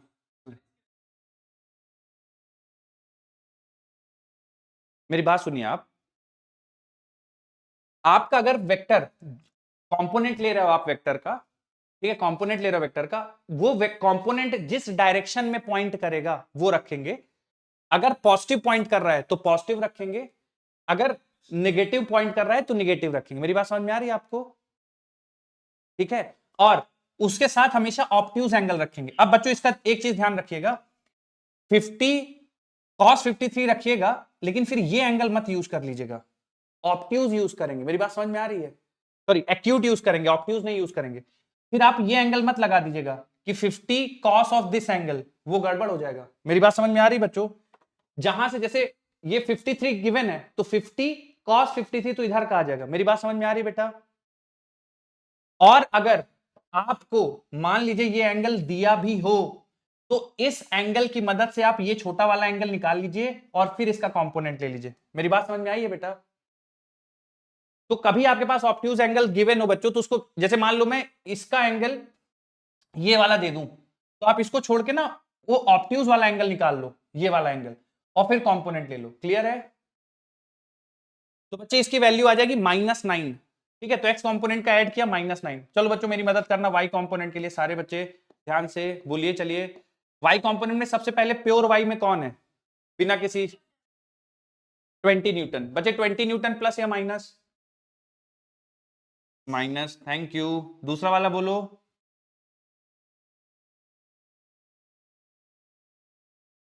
sin 37। ठीक है, अगला वाला बोलिए बेटा। बच्चे 50 sin 53 मुझे प्लस लेना चाहिए माइनस लेना चाहिए? इसका कंपोनेंट इधर प्लस लेना चाहिए। क्यों? जब बेटा आप कंपोनेंट लेंगे, हाँ पॉजिटिव की तरफ पॉइंट कर रहा है। मेरी बात समझ में आ रही है बेटा? एक समझाने के लिए ले रहा हूं, मुझे आंसर दे देना बस, केवल समझाने के लिए, सवाल का हिस्सा नहीं है। मान लीजिए वेक्टर ऐसा होता और इधर मैं आपको थीटा एंगल दे देता और ये वेक्टर मान लीजिए मैं ए बोल देता, तो अब इसका वाई के लॉन्ग कंपोनेंट क्या होगा? और प्लस लोगे कि माइनस लोगे? माइनस होगा। और वैल्यू कितनी होगी? ए कॉस थीटा, माइनस ए कॉस थीटा होगा। मेरी बात समझ में आ रही है बेटा? अगर होता तो एक्स के लॉन्ग तो काउंट कर लिया ना बेटा, आप वापस से क्यों करेंगे? अब वाई के लॉन्ग कर रहा है ना कैलकुलेशन। हाँ, उसको एक्स के लॉन्ग भी लेना पड़ेगा फिर, एब्सोल्युटली। ठीक है, चलिए, तो बच्चों इसको मैं प्लस लिख दे रहा हूं, तो बेटा ये बन जाएगा -20। 20 साइन 37 बेटा होता है 3/5, नहीं 3/5, और 50 साइन 53 होता है बच्चों 4/5। तो इसमें सार तो ये हो जाएगा तुम्हारा 4 -20 +12 +40। क्या बच्चों सही है? तो 40 -20 20, 20 + 12 32। तो बच्चा जो नेट फोर्स लिखेंगे, थोड़ी मदद कर दो, कैसे लिखूं नेट फोर्स? एक्स कंपोनेंट -9 है, वाई कंपोनेंट 32 है, क्या लिखा जाए बेटा? फोर्स, फोर्स की वैल्यू कितनी लिख दूं बेटा? वाई कंपोनेंट 32 है, क्या बच्चे फोर्स की वैल्यू मुझे -9 i कैप +32 j कैप लिखना चाहिए? बच्चों बात समझ में आ रही है? अगर इसी सवाल में बेटा, घबरा मत जाना, अगर मुझसे फोर्स का मैग्नीट्यूड पूछ देता तो क्या बच्चों हम लोग सॉल्व कर पाते? फोर्स का मैग्नीट्यूड क्या आ जाता बेटा? क्या क्या करते हम लोग? -9 का स्क्वायर +32 का स्क्वायर कर देते ना, तो क्या बच्चों फोर्स का मैग्नीट्यूड आ जाता? चलिए, पूरी चीज नोट कर लीजिए बच्चों, जो मैंने आपको समझाई है। इसके बाद एक सवाल करेंगे, उसके लिए रेडी हो जाइए। और मुझे 1 मिनट दीजिए बच्चों, बीच में मतलब मुझे बुलाना मत, मैं थोड़ा पानी लेके आता हूँ, ठीक है?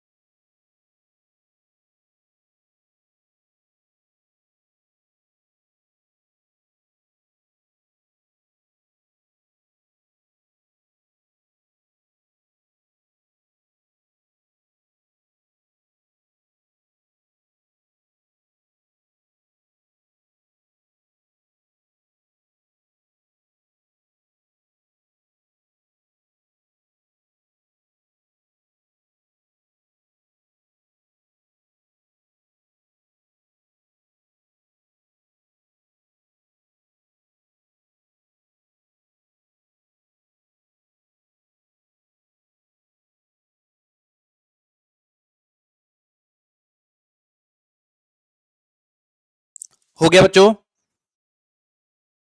गुड। लिख लीजिए बच्चों जल्दी से। और बच्चों जिनका हो गया मुझे मैग्नीट्यूड निकाल के बताओ जरा, इसका कितना आएगा रूट के अंदर? बोलिए बेटा।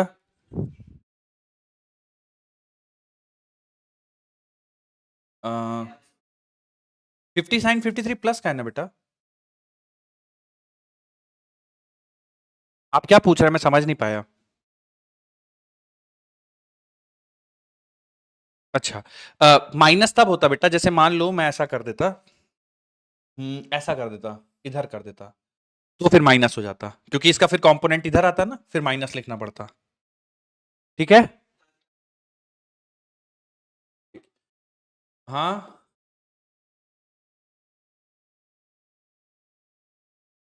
नहीं, मतलब डेसिमल में मत बताइए बेटा, ऐसे ही बता दीजिए, मतलब 81 ये हो जाएगा। ऐसा आ रहा है क्या बच्चों? ठीक। कितने बच्चों ने कंप्लीट कर लिया, एक बार हाथ उठा दीजिए तो सवाल हो जाए एक। ठीक, ठीक, ठीक, बहुत बढ़िया। तो बच्चों इसका मैं फिर से एक आपको क्विक रिकैप दे देता हूं। जब भी आपके पास दो या दो से ज्यादा फोर्सेस हों, जब भी दो या दो से ज्यादा फोर्सेस हों, तो आप उनके एक्स कंपोनेंट निकालिए बच्चों, वाई कंपोनेंट निकालिए। ठीक है, कैसे निकालना मैंने समझा दिया। फाइनल फोर्स लिखिए x component i cap plus y component j cap, और अगर उसका मैग्नीट्यूड पूछा जाएगा तो under root of f x square plus f y square. बोलिए, कोई कुछ बोल रहा था?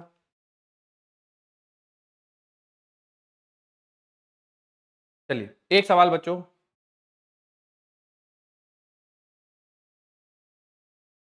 देखो देखो, करंट जैसे ही मैंने चेंज किया, देखो तुम करते हो ना बदमाशी। अब रुको, अब सवाल सॉल्व करो।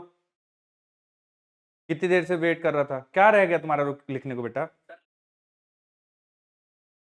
प्लीज सर, प्लीज सर, तो जल्दी लिखना, जल्दी लिखो। हाँ बच्चों, अगर रह जाए ना तो नोट्स आपके पास रहेंगे, एक बार देख के 2 मिनट लिख लीजिएगा। और करिए सवाल सॉल्व बच्चों जल्दी से, ध्यान से प्रैक्टिस करिएगा, गड़बड़ नहीं होना चाहिए बच्चों, बहुत अच्छे से समझाया मैंने।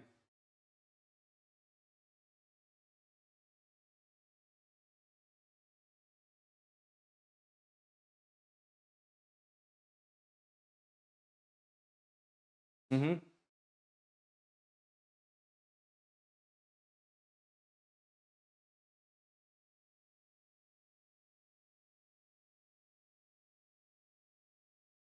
राइट। गुड। बढ़िया बढ़िया।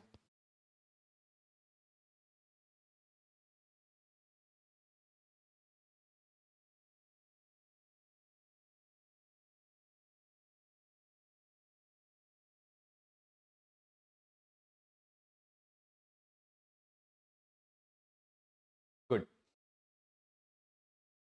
चलिए बच्चों, कितने बच्चों ने कंप्लीट कर लिया, एक बार हाथ उठा दो बेटा, कितने बच्चों का हो गया कंप्लीट?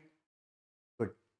बच्चों इस सवाल को भी करने के लिए ना बिल्कुल वैसे ही प्रोसीड करेंगे जैसा पिछले सवाल में किया था, कि पहले एक्स एक्सिस पे लगने वाले सारे फोर्सेस का सम निकाल लेंगे, फिर वाई एक्सिस पे लगने वाले सारे फोर्सेस का सम निकाल देंगे, और फिर लास्ट में नेट फोर्स को प्रेजेंट कर देंगे।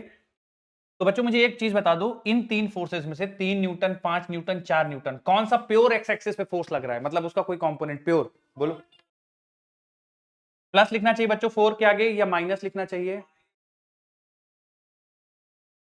+4 होगा ना बेटा ये।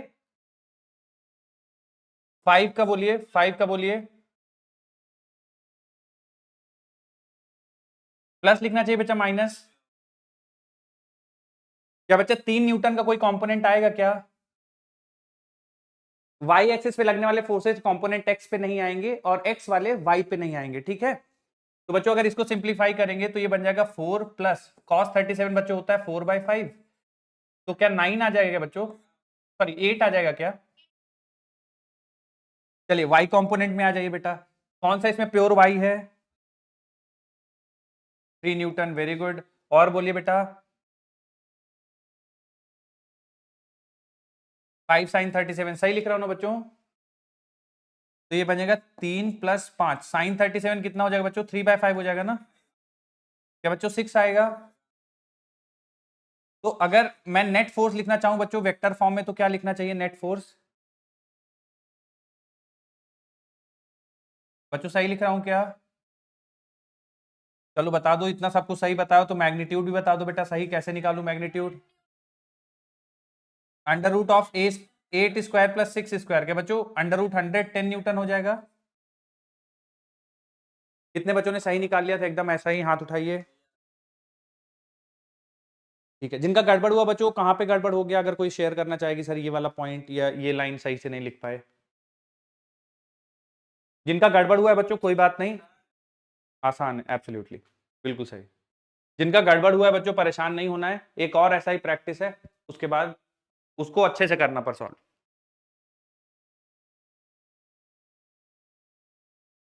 बोलिए बेटा। क्या पूछा है? मैं एक सेकंड देख लेता हूँ ना। अच्छा अच्छा रुकिए, मुझे देख लीजिए।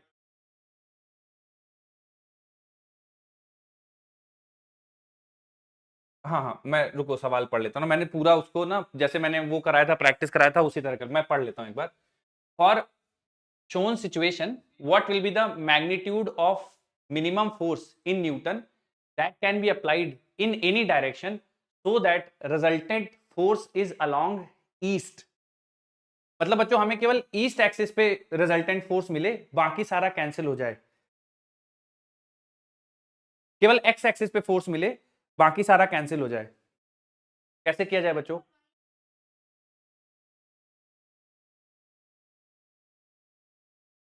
हाँ, मैं फिर से सवाल पूछ रहा हूं, बता देता हूं आपको। For shown situation, what will the magnitude of minimum force in newton that can be applied in any direction so that the resultant force is along east direction? Resultant force केवल ईस्ट डायरेक्शन में हो। 6 Newton की force opposite Y direction में apply कर देंगे। Minus, हाँ -6 जे cap लगा देंगे बच्चों, तो नेट फोर्स केवल ईस्ट एक्सिस पे ही आ जाएगी। बिल्कुल सही बात है बच्चों, ये बात समझ में आ रहा है आपको? नेट फोर्स आपके पास 8I + 6J है ना, तो अगर आपको चाहते हो कि फोर्स केवल एक्स एक्सिस में आए नेट फोर्स, तो हम बच्चों केवल 6 न्यूटन जे कैप में लगा देंगे। तो बच्चों क्या इसका आंसर ऐसा आएगा क्या? 6 न्यूटन साउथ के अलोंग? बोले बच्चों।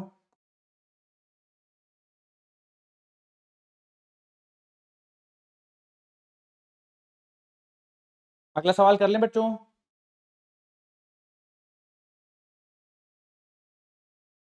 स्लाइड में क्या कर दूं बेटा?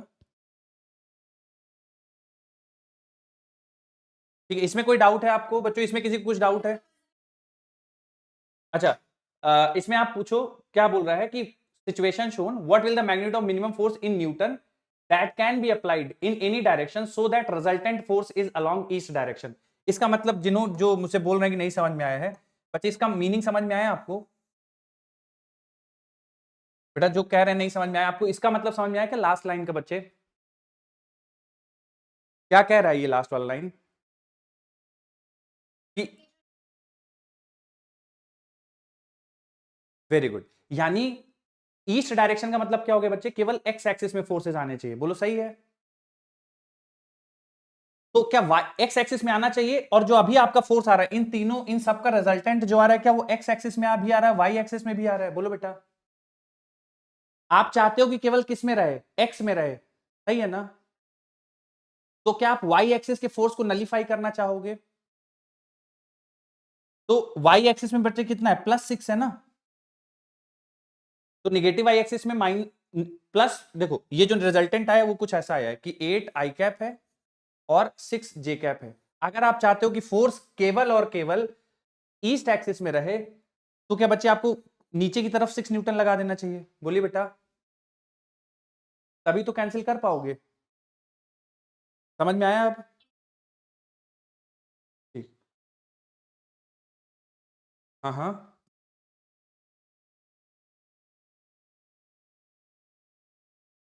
3 न्यूटन और 5, अच्छा हाँ बोलिए। 3 न्यूटन और 5 न्यूटन में कितना एंगल है? 3 न्यूटन और 5 न्यूटन की, हाँ राइट राइट।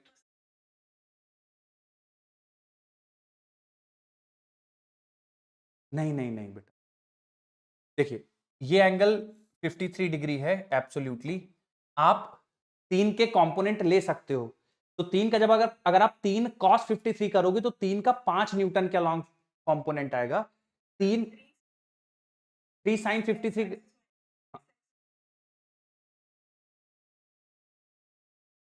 एक सेकंड धीरे धीरे बोलिए। 3 sin 53 कर रहे हो आप, तो देखो 3 sin 53 ऐसा आएगा, ऐसा आएगा 3 sin 53। इसके कॉस करोगे तो इधर आएगा, साइन करोगे तो इसके परपेंडिकुलर इधर आएगा, एक्स एक्सिस में नहीं है ये। क्लियर है? Absolutely absolutely. चलिए बच्चों आगे बढ़ चले। अगर ये सवाल समझ में आ गया हो, इस तरह का एक और कराना है आपको, बोलो बोलिए बोलिए जल्दी बोलिए, क्या पूछना है बेटा?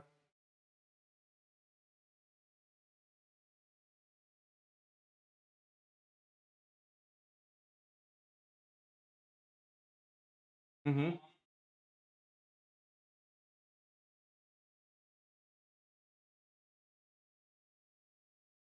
हाँ मतलब जैसे 20 का आपको कंपोनेंट लेना है इसके अलोंग, तो ये 20 cos 37 आ जाएगा प्लस में, और 20 sin 37 इधर आ जाएगा। क्लियर है?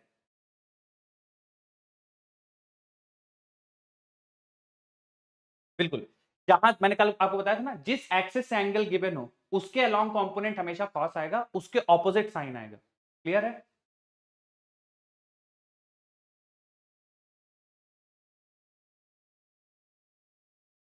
बच्चों अगला सवाल।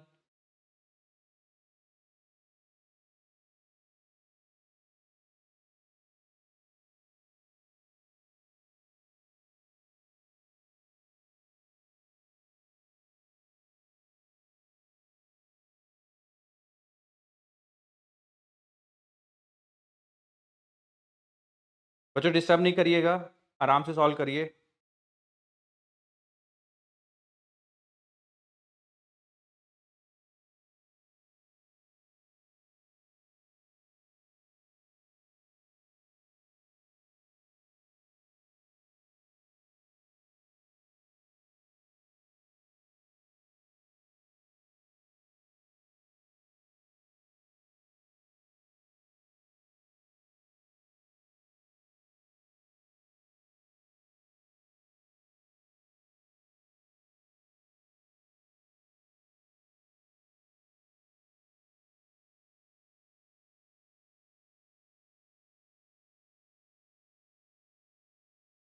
ठीक है।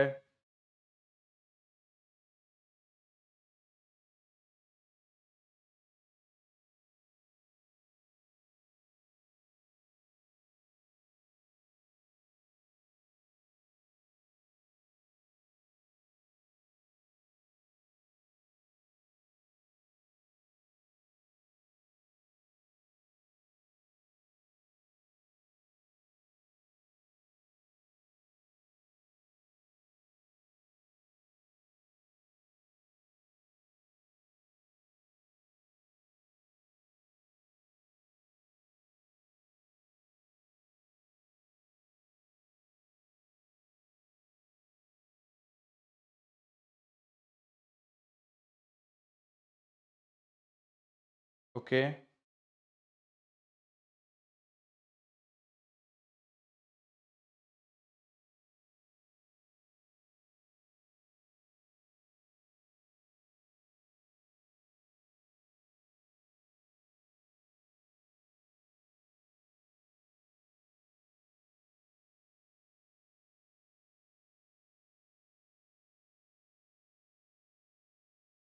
ओके।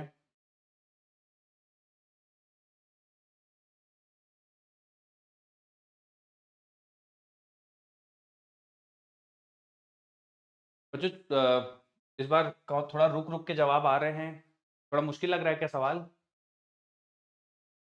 आसान है? ठीक है।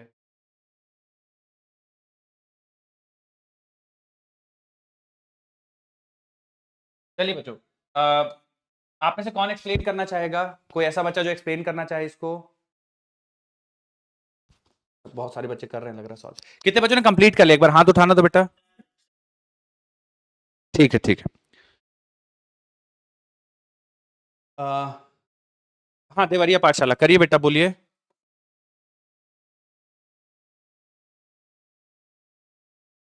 हाँ, राइट।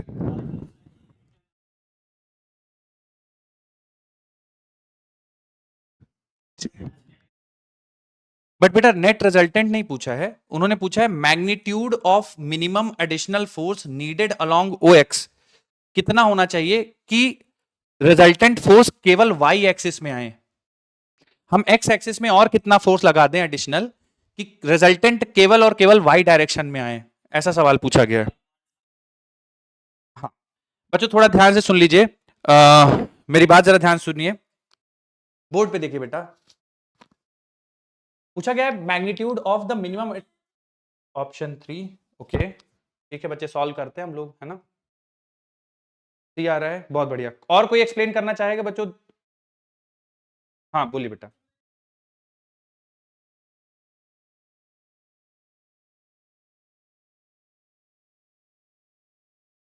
बहुत बढ़िया बेटा, एक सेकंड बच्चे, एक सेकंड रोक बच्चों, आपको ये समझ में आ रहा है कि जैसे 4 इधर है 2 इधर है, तो 2 को डायरेक्ट हटाओगे तो इस तरफ 2 आ जाएगा, क्योंकि इनके बीच का एंगल 180 है, बोलो डायरेक्ट कर सकते हैं ना ये।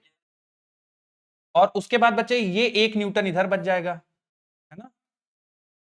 और सवाल में पूछा है कि magnitude of minimum additional force, तो मान लेते हैं एक एडिशनल फोर्स हम इधर अपनी तरफ से बच्चों x न्यूटन लगा लेते हैं, x axis along. x axis के अलोंग ही क्यों लगाया है? क्योंकि सवाल में पूछा है कि force needed along x axis, तो मान लीजिए x एक्सिस में आपने अलग से फोर्स लगा दिया, बोलो समझ में आ रहा है बेटा? या आप ऐसा नहीं सोच रहे हो बच्चों, तो चलिए मैंने आपको इंटरप्ट किया बच्चे, नरनौल आप फिर से बोलिए बेटा, ये कर लेंगे उसके बाद क्या बोल रहे? हाँ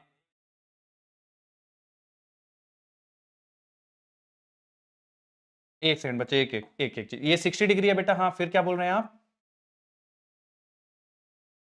बिल्कुल सही बात है,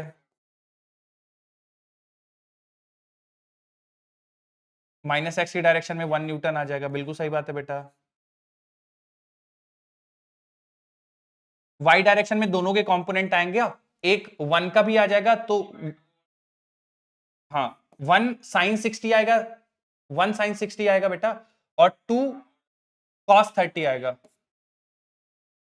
बच्चों बात समझ में आ रही है? 1 का साइन 60 आएगा, 2 का कॉस 30 आएगा, दोनों वाई एक्सिस में, है ना। और एक्स एक्सिस पे नेट पीछे की तरफ बच्चे -1/2 आ जाएगा, बोलो सही है। तो अब मुझे एक्स एक्सिस के अलॉन्ग फोर्स जीरो करना है बच्चे, देखिए जो नेट फोर्स आया है ना बेटा, ध्यान से देखिए, -1/2 आई कैप आया है, और प्लस इन दोनों को बच्चों जोड़ दोगे तो √3/2, और cos 30 भी √3/2 ही होता है ना बेटा। तो √3/2, तो बच्चे ये देखिए कैंसिल होके √3/2 प्लस √3,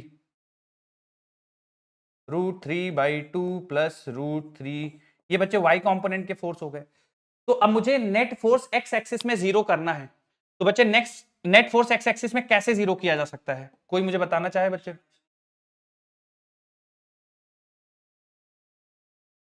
बेटा आप फिर से -1/2 लगा देंगे तो, हाँ क्या बेटा +1/2 लगाना चाहिए? एक्स एक्सिस में -1/2 है बच्चे, अगर आप +1/2 लगा देंगे तो क्या दोनों मिलकर एक्स एक्सिस के फोर्स को जीरो कर देंगे, है ना। और वाई एक्सिस के अलॉन्ग ही आपको क्या मिल जाएगा नेट रिजल्टेंट, बोलो बच्चों। तो इसका आंसर आएगा 0.5 न्यूटन। कितने बच्चों का सही था, एक बार हाथ उठा दो। हाँ मैं करता हूँ फिर से रिपीट, हाँ मैं बता देता हूँ, देखिए जरा ध्यान से आप सारे बच्चों जिनको डाउट है थोड़ा देख लीजिए, समझ लीजिए। बच्चों सवाल आप पढ़िए, 3 फोर्सेस लग रहे हैं, to have the resultant force along only y axis, the magnitude of the minimum additional force needed along o x is. Question में पूछा है कि एडिशनल ओ एक्स यानी एक्स एक्सिस में कितना फोर्स लगा दें कि जो नेट रिजल्टेंट है वो केवल वाई डायरेक्शन में रहे, एक्स डायरेक्शन में ना आए। तो इसको सॉल्व करने के लिए बच्चों हम लोगों ने क्या किया कि 4 न्यूटन इधर है, 2 न्यूटन इधर है, एक दूसरे के एक्जैक्टली ऑपोजिट है, तो क्या बच्चों 2 न्यूटन इस तरफ आ जाएगा, डायरेक्ट लिख सकते हैं, बोलिए सबको क्लियर है ना ये। और 1 न्यूटन बेटा ऐसे लिख देंगे, 1 न्यूटन का एंगल देखिए 60 डिग्री गिवन है, और ये वाला एंगल 30 डिग्री गिवन है। अब बच्चे मैं इसका नेट रिजल्टेंट निकालता हूं, ठीक है। जब नेट रिजल्टेंट निकाला गया बच्चों, तो समेशन ऑफ एफ एक्स यानी एक्स एक्सिस में लगने वाले फोर्सेस का सम, तो बेटा देखिए 1 cos 60, 1 cos 60 का मतलब हो गया 1/2, ठीक है, और 2 sin 30, बच्चा ये sin 30 होगा इधर, है ना, समझ में आ रहा है ये 2 का कंपोनेंट इस एक्सिस के अलोंग 2 sin 30 होगा, बोलो क्लियर है ये। और 2 sin 30 भी बच्चों किस साइन के साथ आएगा, प्लस के साथ आएगा या माइनस के साथ आएगा, 2 sin 30 माइनस के साथ आएगा, बिल्कुल। तो बेटा आप यहां पे एक्स कंपोनेंट सॉल्व करेंगे तो 1/2 माइनस 2 इंटू साइन 30, बेटा साइन 30 की वैल्यू 1/2, तो 1/2 माइनस 1, तो क्या बच्चों ये सिंप्लीफाई करके -1/2 बन जाएगा, बोलिए। अब y एक्सिस निकाल लीजिए, y एक्सिस का सम करिए, तो y एक्सिस का सम करेंगे बच्चों 2 cos 30, 2 cos 30 प्लस के साथ आएगा बेटा, और 1 sin 60, 1 sin 60, क्या बच्चों दोनों प्लस ही आएंगे, 2 cos 30, 1 sin 60, बोलिए दोनों प्लस आएंगे बच्चों।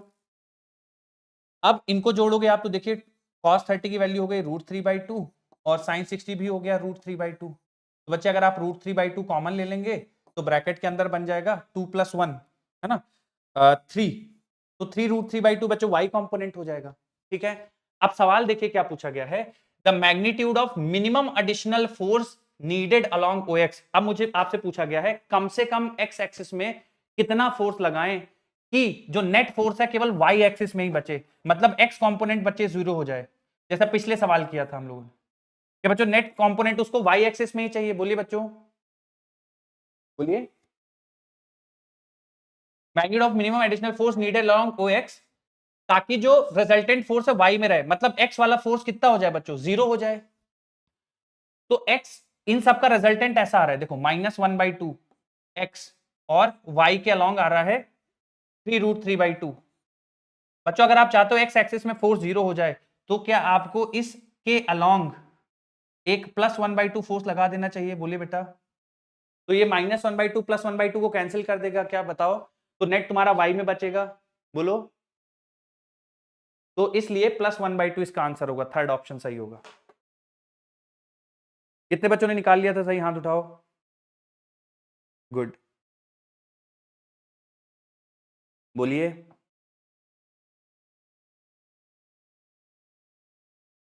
हाँ हाँ,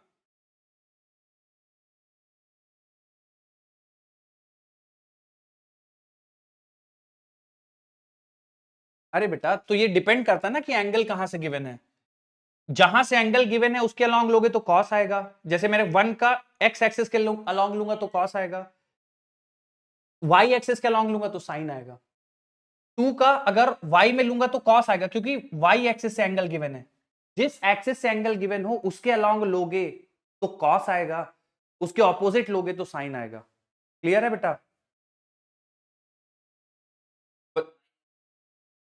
हाँ जरूरत नहीं पड़ेगी, बिल्कुल एक्स सही हो जाएगा, एब्सोल्युटली।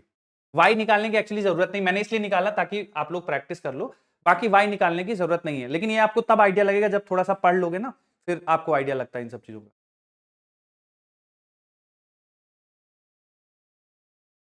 बच्चों वाई निकालने की जरूरत नहीं है, केवल एक्स से ही काम हो जाता, ये बात सही है, लेकिन प्रैक्टिस के लिए हम लोगों ने निकाल लिया बस।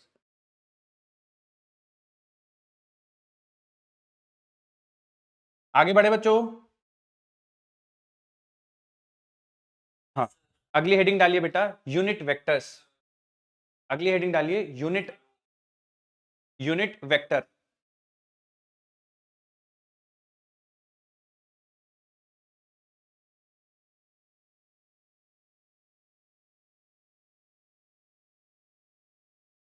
अगली हेडिंग डाल लीजिए बच्चों, यूनिट वेक्टर। क्या, तो ये दो है बच्चे अभी मेरे पास, अभी और तो इसके अलावा है नहीं, ये जो पिछला वाला सवाल है ये भी इसी का है और ये भी है ना, ठीक है, बाकी बना सकते हैं हम लोग, पर दो मेरे हिसाब से काफी हैं बच्चे, है ना, आपको ध्यान रखना। अब बहुत ज्यादा इसको इलोंगेट करने की वैसे जरूरत है नहीं, है ना, चलो यार, देखो अच्छा ध्यान से देखो, एक फाइनल बच्चों, तुम सारे कोशिश करना, ठीक है, करने की फाइनल। चलो बच्चों बोर्ड पे देखो, जल्दी से करना है इसको सॉल्व, ठीक है, फाइनल सवाल है इस कॉन्सेप्ट पे।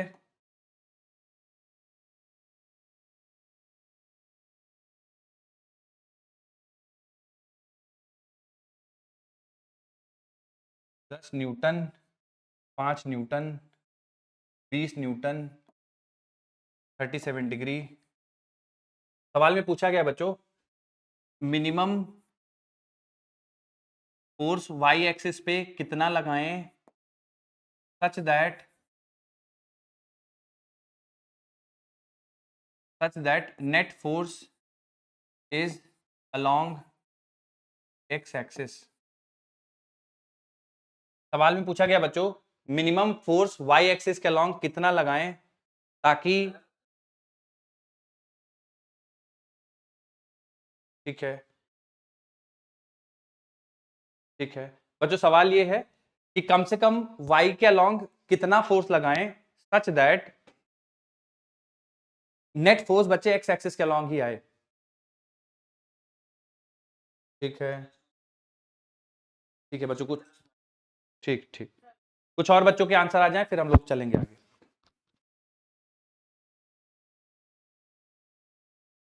ठीक है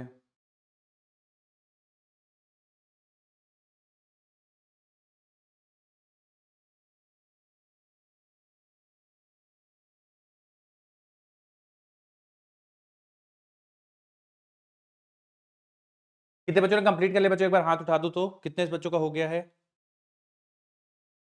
ठीक है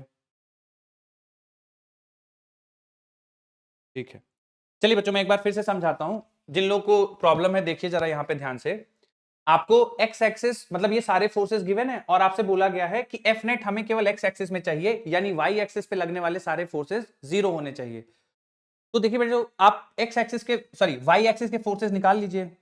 जैसे कि अगर मैं वाई एक्सिस का कंपोनेंट बच्चों इस फोर्स का निकालूं तो एक्स एक्सिस का इसका कंपोनेंट हो जाएगा 20 cos 37 और वाई कंपोनेंट हो जाएगा 20 sin 37।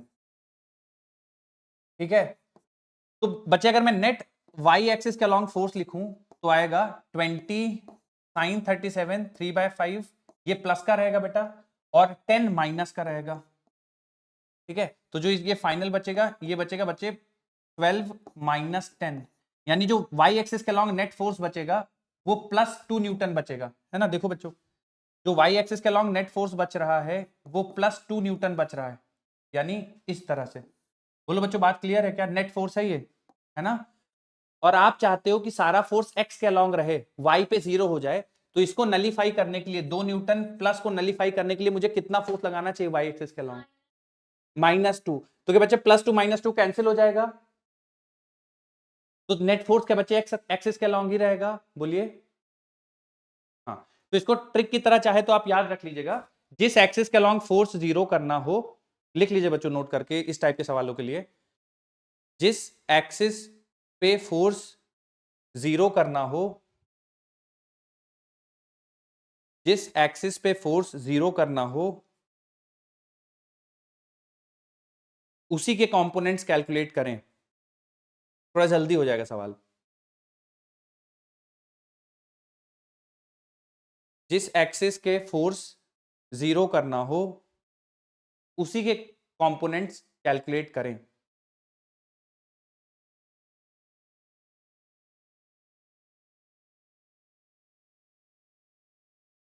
बच्चों अब क्लियर हुआ है ये कॉन्सेप्ट? बोलो, आवाज नहीं आ रही बच्चों तुम लोग की।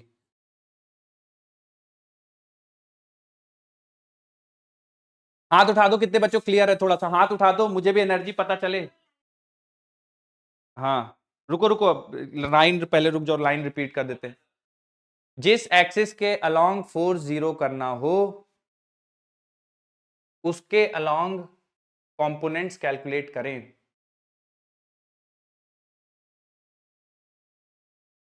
बच्चों अगली हेडिंग डालिए यूनिट वेक्टर।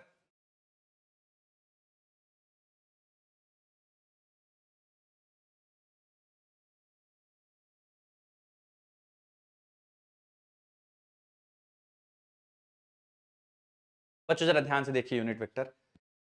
बच्चों यूनिट वेक्टर की डेफिनेशन मैंने आपको कल या परसों वाली क्लास में पढ़ाई थी। क्या बताया था बच्चों यूनिट वेक्टर क्या होता है? ऐसा वेक्टर, वेरी गुड। और बच्चों इसको रिप्रेजेंट कैसे करते हैं? ए कैप, है ना। तो ए कैप यूनिट वेक्टर जिसका मैग्नीट्यूड 1 हो, तो ए कैप बराबर होगा बच्चों vector divided by its magnitude. Simple. बच्चों यूनिट वेक्टर निकालते कैसे हैं? यूनिट वेक्टर निकालने का तरीका है बच्चों, वेक्टर को उसके मैग्नीट्यूड से डिवाइड कर दो। तो बच्चों जैसे 2 है, 2 को 2 से डिवाइड करोगे 1 आएगा, 4 को 4 से डिवाइड करोगे 1 आएगा। तो किसी चीज को उसी से डिवाइड कर दोगे तो वैल्यू 1 हो जाती है। तो वेक्टर को उसी के मैग्नीट्यूड से डिवाइड कर दोगे तो ऐसा वेक्टर मिलेगा जिसके पास डायरेक्शन तो होगी लेकिन उसका मैग्नीट्यूड हमेशा 1 रहेगा, है ना बच्चों। जैसे मैं आपको एक एग्जांपल देता हूं, मान लीजिए मेरे पास वेक्टर ए है। बच्चों मेरे साथ लिखते रहिए, कोई मुश्किल कॉन्सेप्ट नहीं है, आप इजीली समझ जाओगे। ए कैप बराबर vector A divide by magnitude of vector A. तो मान लीजिए बच्चों जैसे मेरे पास एक वेक्टर ए कुछ इस तरह से गिवन है 2i माइनस जे और प्लस के, और मुझसे सवाल में पूछ लिया गया ए कैप बता दो क्या होगा। तो मुझे पता है कि ए कैप होता है vector A divided by its magnitude. तो बच्चों वेक्टर ए तो हमारे पास गिवन है, देखो सवाल में 2i minus j plus k, तो 2i minus j plus k, vector a as it is given है, इसके मैग्नीट्यूड से डिवाइड करना है। तो क्या बच्चों वेक्टर ए का मैग्नीट्यूड निकालना बहुत आसान है, बोलो आता है हम सबको, बोलिए बच्चों। तो वेक्टर ए का मैग्नीट्यूड कैसे निकालेंगे बच्चों? 2 का स्क्वायर प्लस प्लस 1 का स्क्वायर, एब्सोल्युटली। तो बच्चों ये बन जाएगा 4 5 6 √6 बन जाएगा। तो √6 से डिवाइड कर दीजिए, यही आपका आंसर आ जाएगा बच्चों, 2 divide by √6 I cap minus 1 divide by √6 J cap plus 1 divide by √6 के कैप। क्या सारे बच्चों को समझ में आया है बेटा? नोट करिए यूनिट वेक्टर का कैसे फाइंड करना है, एग्जाम्पल मैंने करवा दिया है, और रेडी हो जाओ अगले सवाल के लिए। ठीक है, लिख लिया बच्चों सबने?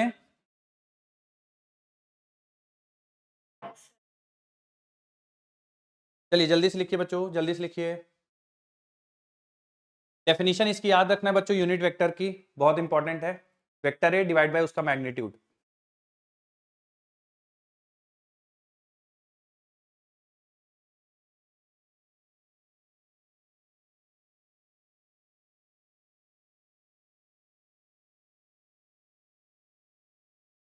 बच्चों अगला सवाल मैं दे रहा हूं, जरा ध्यान से देखिएगा।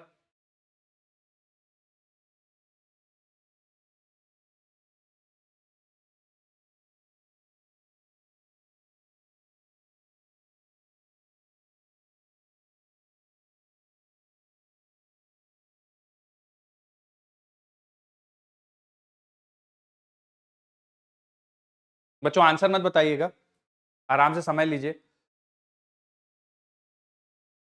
यूनिट वेक्टर कुछ इस तरह से लिखा हुआ है, वैल्यू सी की बतानी है। तो बच्चे यूनिट वेक्टर का मैग्नीट्यूड 1 होता है।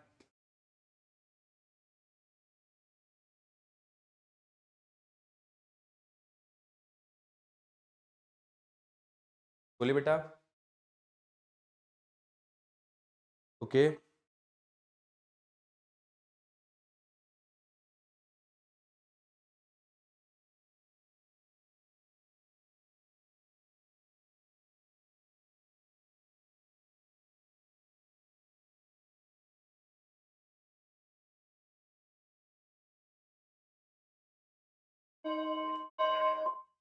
चलिए कितने कितने बच्चों ने कंप्लीट कर लिया, एक बार हाथ उठाइए। ठीक है, बच्चों unit vector is represented by 0.5 I cap minus 0.8 J cap plus C K cap. मान लीजिए बच्चों मैं इसको वेक्टर ए बोल देता हूं, तो ए कैप इसका मैग्नीट्यूड बेटा 1 होता है। अब चूंकि ये वेक्टर, सॉरी मुझे एक वेक्टर नहीं लिखना चाहिए, ये यूनिट वेक्टर है ना, तो मुझे ए कैप लिखना चाहिए। तो बच्चे ए कैप का मैग्नीट्यूड 1 होगा, है ना। क्यों सर ए कैप का मैग्नीट्यूड 1 क्यों होगा? क्योंकि वो एक, बोलो बच्चों, यूनिट वेक्टर है। बहुत बढ़िया। तो बच्चों जब इसका मैं मैग्नीट्यूड निकालूंगा तो जरा ध्यान से देखिएगा, क्या बच्चा 0.5 का स्क्वायर लिखना पड़ेगा प्लस माइनस 0.8 का स्क्वायर लिखना पड़ेगा, और क्या बच्चों प्लस सी का स्क्वायर लिखना पड़ेगा, बोलिए बेटा, है ना। और इसकी वैल्यू कितनी है बच्चों? 1 के बराबर, है ना। दोनों साइड का स्क्वायर कर देंगे बच्चों तो ये 0.25 प्लस 0.64 प्लस सी स्क्वायर, क्या बच्चों ये 1 के बराबर होगा। और ये सॉल्व करोगे तो बच्चों 9 और 6 2 8, क्या 0.89 आ जाएगा? तो सी स्क्वायर की वैल्यू क्या बच्चों 1 माइनस 0.89 हो जाएगी 0.11। तो क्या बच्चों सी की वैल्यू अंडर रूट ऑफ 0.11। तो सेकंड ऑप्शन आ जाएगा क्या बेटा? कितने बच्चों का सही था आंसर? हाथ उठा दो, कितने बच्चों का सही था? गुड। एक और बच्चों यूनिट वेक्टर पे सवाल करेंगे और फिर आगे बढ़ेंगे। लिख लीजिए बच्चों जिन लोगों को तकलीफ थी। गुड। बच्चों इसमें केवल एक ही कॉन्सेप्ट यूज हुआ है कि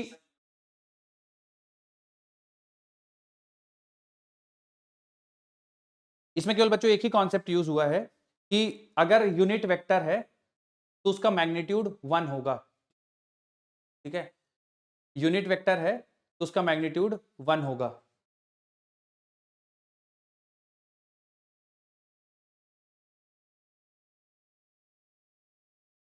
बच्चों ये आप प्लीज मेरे से मत कराइए कि एक चीज मैं बढ़ा के आगे निकल गया हूं, आप फिर पूरा मुझे 10 मिनट पीछे ले जाके कि सर वो वाली स्लाइड लगाइए।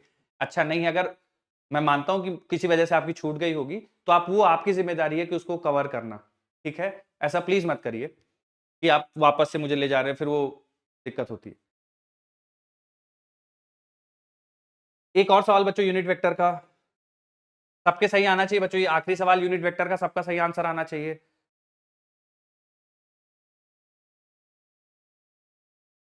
हैप्पी बर्थडे, पढ़ाई कर लो यार। Happy birthday. हाँ,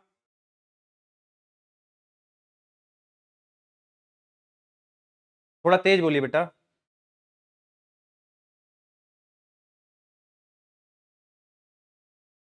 आपको बताना है find a unit vector parallel to the resultant of a and b. मतलब बच्चे आपको पहले रिजल्टेंट निकालना है ए बी यानी ए प्लस बी का, और बेटा फिर आपको आर कैप बताना है। रिजल्टेंट वेक्टर निकालना है और उसके अलोंग यूनिट वेक्टर बताना है। ठीक है। हम्म, सारे बच्चे कर लें फिर डिस्कशन करते हैं।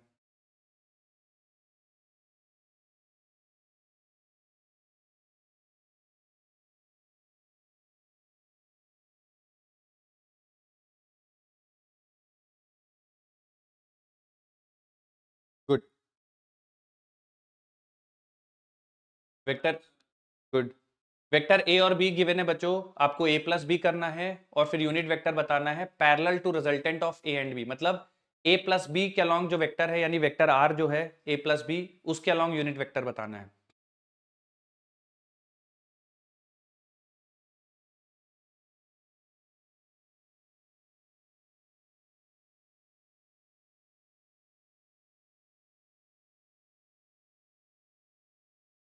चलिए बच्चों देखिए जरा सवाल ध्यान से। वेक्टर ए और वेक्टर बी को ऐड करना है बच्चों रिजल्टेंट वेक्टर निकालने के लिए। तो जब ऐड करोगे बच्चों तो 6i प्लस आई 7i बन जाएगा, -6j प्लस 2j -4j बन जाएगा, और बच्चों क्या प्लस 4k बन जाएगा। कितने बच्चों का रिजल्टेंट सही आ गया था हाथ उठा दो। एडिशन ऑफ वेक्टर बच्चों सिंपल सा है, वेरी गुड। अब मुझे बच्चों आर कैप चाहिए, तो आर कैप का फॉर्मूला क्या होता है बच्चों? आर कैप का फॉर्मूला, हाँ, r divide by magnitude of vector r. बोलो सही है बच्चों। आर वेक्टर मैं लिख देता हूं यहाँ पे 7i -4j प्लस 4k, और बच्चों मैग्नीट्यूड देखिएगा जरा ध्यान से, अंडर रूट ऑफ 9 का आएगा क्या बच्चों? 49 प्लस 16 प्लस 16, क्या बच्चों ये 32 और 49 81 हो जाएगा बेटा ये, और स्क्वायर रूट ऑफ 81 9 हो जाएगा। तो जो मेरे पास फाइनल आंसर आएगा 7/9 आई कैप -4/9 जे कैप प्लस 4/9 के कैप। बच्चों बात क्लियर है क्या? हाँ, तो बच्चों इस तरह से कुछ यूनिट वेक्टर निकाला जाता है। जब भी आपको यूनिट वेक्टर के सवाल आएंगे बच्चों, जो नहीं लिख पाए थे या जिनको नहीं आया था वो नोट करते रहिए और मेरी बात भी सुनते रहिए। जब भी बच्चों आपको यूनिट वेक्टर के सवाल आएंगे आपको फॉर्मूला लगाना है vector r divide by mod of vector r. और ये जो यूनिट वेक्टर आता है ना बच्चों, इसकी डायरेक्शन, इसका मैग्नीट्यूड तो 1 होता है क्योंकि यूनिट वेक्टर है, इसकी डायरेक्शन उसी वेक्टर के अलोंग होती है जिसका ये यूनिट वेक्टर है। ठीक है, जैसे कि ये आर का यूनिट वेक्टर है ना, तो इसकी डायरेक्शन आर के अलोंग ही होगी, है ना। जैसे सवाल में कहा है कि find unit vector parallel to resultant of a and b, तो ए और बी का रिजल्टेंट आर है, उसका यूनिट वेक्टर उसी के डायरेक्शन में होगा। ठीक है, बस डिफरेंस क्या है बच्चों वेक्टर आर में और आर कैप में? वेक्टर आर का मैग्नीट्यूड कुछ भी हो सकता है, आर कैप का मैग्नीट्यूड हमेशा 1 होगा। क्या बच्चों जो मैं आपको बात बोल रहा हूं समझ में आ रही है? इसको नोट करवा देता हूं मैं, लिख लीजिए बच्चों एक नोट बना के, जो मैंने आपको बोला है बच्चों वही नोट बना के लिखवा देता हूं, लिख लीजिए। Unit vector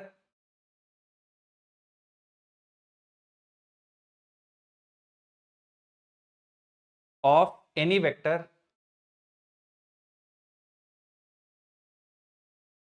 unit vector of any vector will always be pointed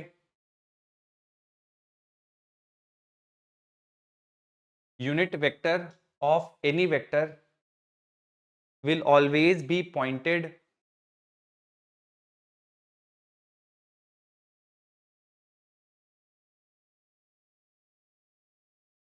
bracket में लिख लो in the direction of, will always be pointed bracket में लिख लेना बच्चों इन direction of.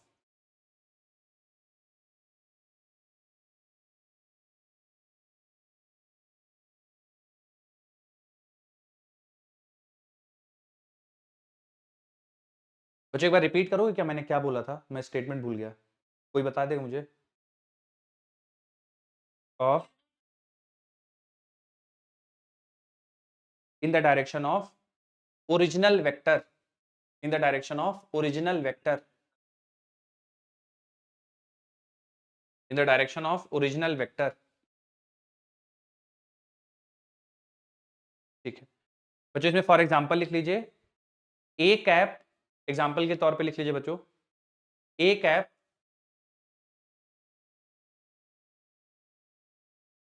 A cap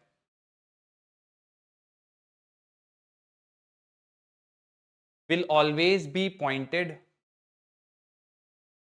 a cap will always be pointed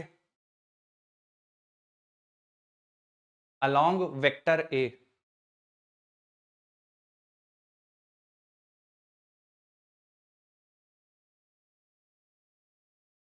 will always be pointed along vector A।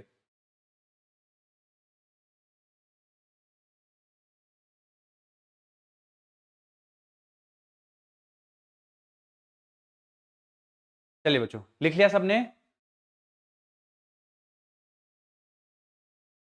नहीं नहीं, अरे नेतागिरी ज्यादा नहीं, रुक जाओ भैया, मेरे को भी भूख लग रही है यार, बस दोनों लोग बस ये बात सुन लो। ये बहुत आसान है, हार्डली 2 या 3 मिनट है ना। अगली अगली क्लास में ना हम लोग नया टॉपिक शुरू करेंगे जो बहुत important, scalar product of two vector, है ना।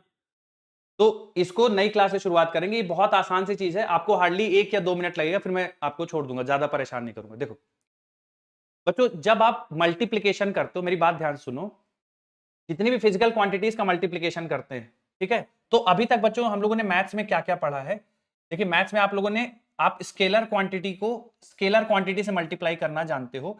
जैसे 12 कोई नंबर है, उसको 8 से मल्टीप्लाई करना हमें आता है, दोनों स्केलर है, तो स्केलर से स्केलर मल्टीप्लीकेशन हमें आता है। अब बच्चों हम लोग सीख रहे हैं कि स्केलर को वेक्टर के साथ कैसे मल्टीप्लाई करें, मतलब स्केलर क्वांटिटी है उसको मल्टीप्लाई करना चाहते हैं वेक्टर के साथ। कल की क्लास के बाद मैं आपको बताऊंगा वेक्टर को वेक्टर के साथ कैसे मल्टीप्लाई करेंगे, ठीक है। तो स्केलर स्केलर बच्चों अभी तक आपने मतलब 11-12 से पहले जो भी कहानी पढ़ी है वो स्केलर स्केलर का मल्टीप्लीकेशन, स्केलर स्केलर का डिवीजन था। अब आने वाले दिनों में जो हम पढ़ने वाले हैं, तो सबसे पहले आज बच्चों ये कवर करने वाले कि स्केलर को अगर वेक्टर से मल्टीप्लाई करोगे तो क्या होगा, पहली चीज। और कल की क्लास में बच्चों वेक्टर को वेक्टर के साथ मल्टीप्लीकेशन सीखेंगे, ठीक है। तो आज बच्चों हेडिंग डालिए multiplication and division, multiplication and division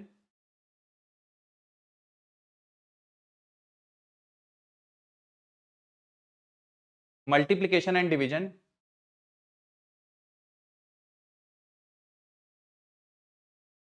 of a vector by scalar, of a vector by scalar.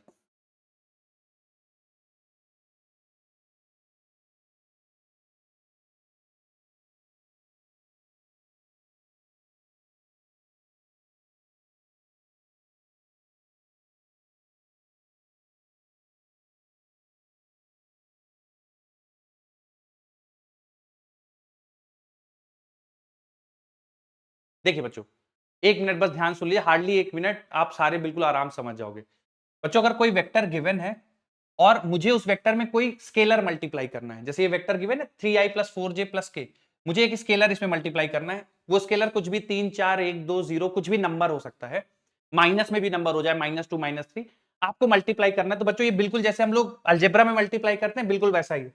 तो जैसे 3 टाइम्स वेक्टर ए है, तो बेटा ये 3 और ये वेक्टर एज इट इज लिख दो, 3i + 4j + k। तो बच्चे आप जब 3 को अंदर मल्टीप्लाई करोगे, थोड़ा मेरी मदद कर दोगे बच्चों, 3 × 3 ये कितना हो जाएगा?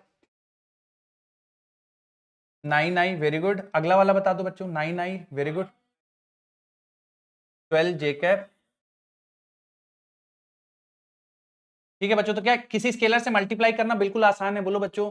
वो 3 डिस्ट्रीब्यूट हो गया, ठीक है। अब डिवीजन देखो, जैसे 3i + 4j + k है, आपको इसको डिवाइड करना है बेटा, किससे? 2 से।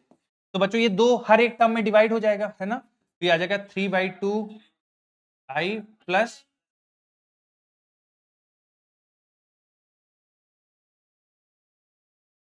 बोलो सही है क्या बच्चों? तो किसी वेक्टर को स्केलर से मल्टीप्लाई करना, डिवाइड करना बहुत आसान है, बोलो बच्चों।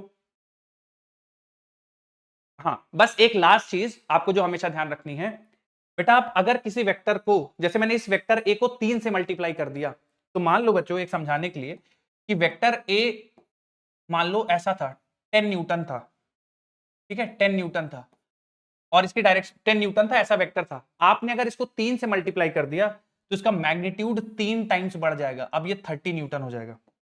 मेरी बात समझ में आ रही है बच्चों? ठीक है। अगर आप 2 से डिवाइड करोगे, मान लो 10 न्यूटन था, आपने 2 से डिवाइड कर दिया, तो क्या हो जाएगा बच्चों? ये वेक्टर 5 न्यूटन हो जाएगा। मेरी बात समझ में आ रही है बच्चों?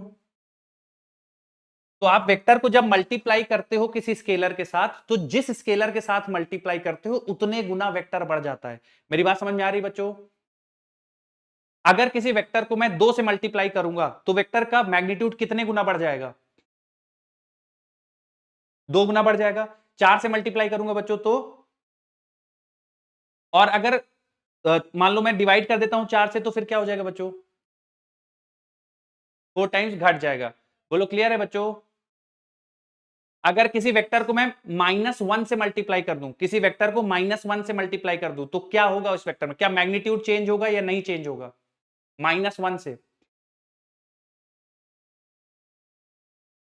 हाँ बच्चे, अगर मान लो वेक्टर ए है और उसमें मैं माइनस, वेक्टर ए है उसमें मैं -1 से मल्टीप्लाई कर दूं, -1, तो बच्चों वेक्टर का वैल्यू नहीं चेंज होगा क्योंकि आप 1 से मल्टीप्लाई कर रहे हो ना, लेकिन ये माइनस क्या कर देगा उसका? डायरेक्शन कुछ नहीं कर देगा, डायरेक्शन चेंज कर देगा, फ्लिप कर देगा उसको 180 डिग्री। बोलो क्लियर है? चलिए मैं नोट करवा देता हूं बच्चों, आपको एक पॉइंट लिख लीजिए। When a scalar quantity is multiplied to a vector,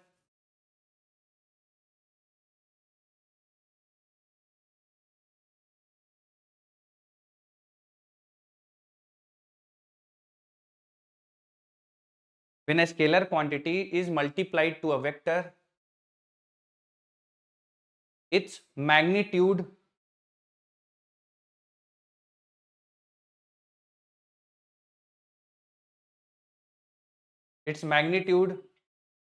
हाँ, when a scalar quantity is multiplied to a vector, its magnitude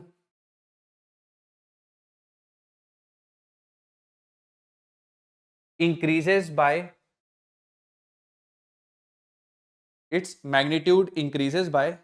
that many time.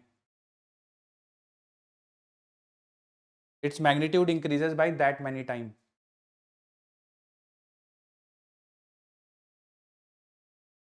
बच्चों ऐसा लिखो, फॉर एग्जाम्पल बच्चों ये चीज नोट करिए और इसमें लिख दीजिएगा magnitude increased by 3 times. Vector A 3 times vector A, और फिर नीचे पॉइंट करके लिख लेना स्टार करके, magnitude will be increased by 3 times.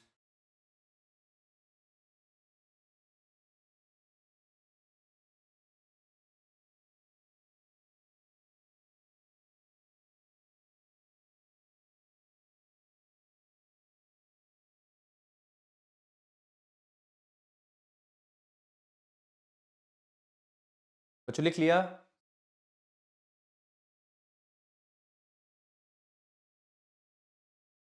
बहुत बढ़िया, बहुत बढ़िया। हाँ, जैसे बच्चों अगर मैं वेक्टर ए को ना -4 से मल्टीप्लाई कर दूं तो माइनस मेक श्योर करेगा कि डायरेक्शन फ्लिप हो जाए और 4 मेक श्योर करेगा कि उसका मैग्नीट्यूड 4 गुना हो जाए। बहुत बढ़िया। अगला वाला लिख लो बच्चों, इन डिवीजन। आई नो तुम लोग भूखे हो बच्चों, बस 1 minute hardly. In division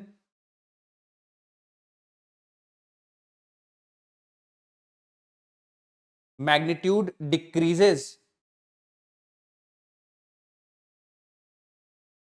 by that factor।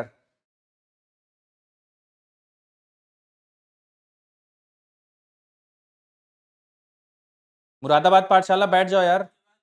हाँ, मैं बोल रहा हूं, when it is divided or in division magnitude of vector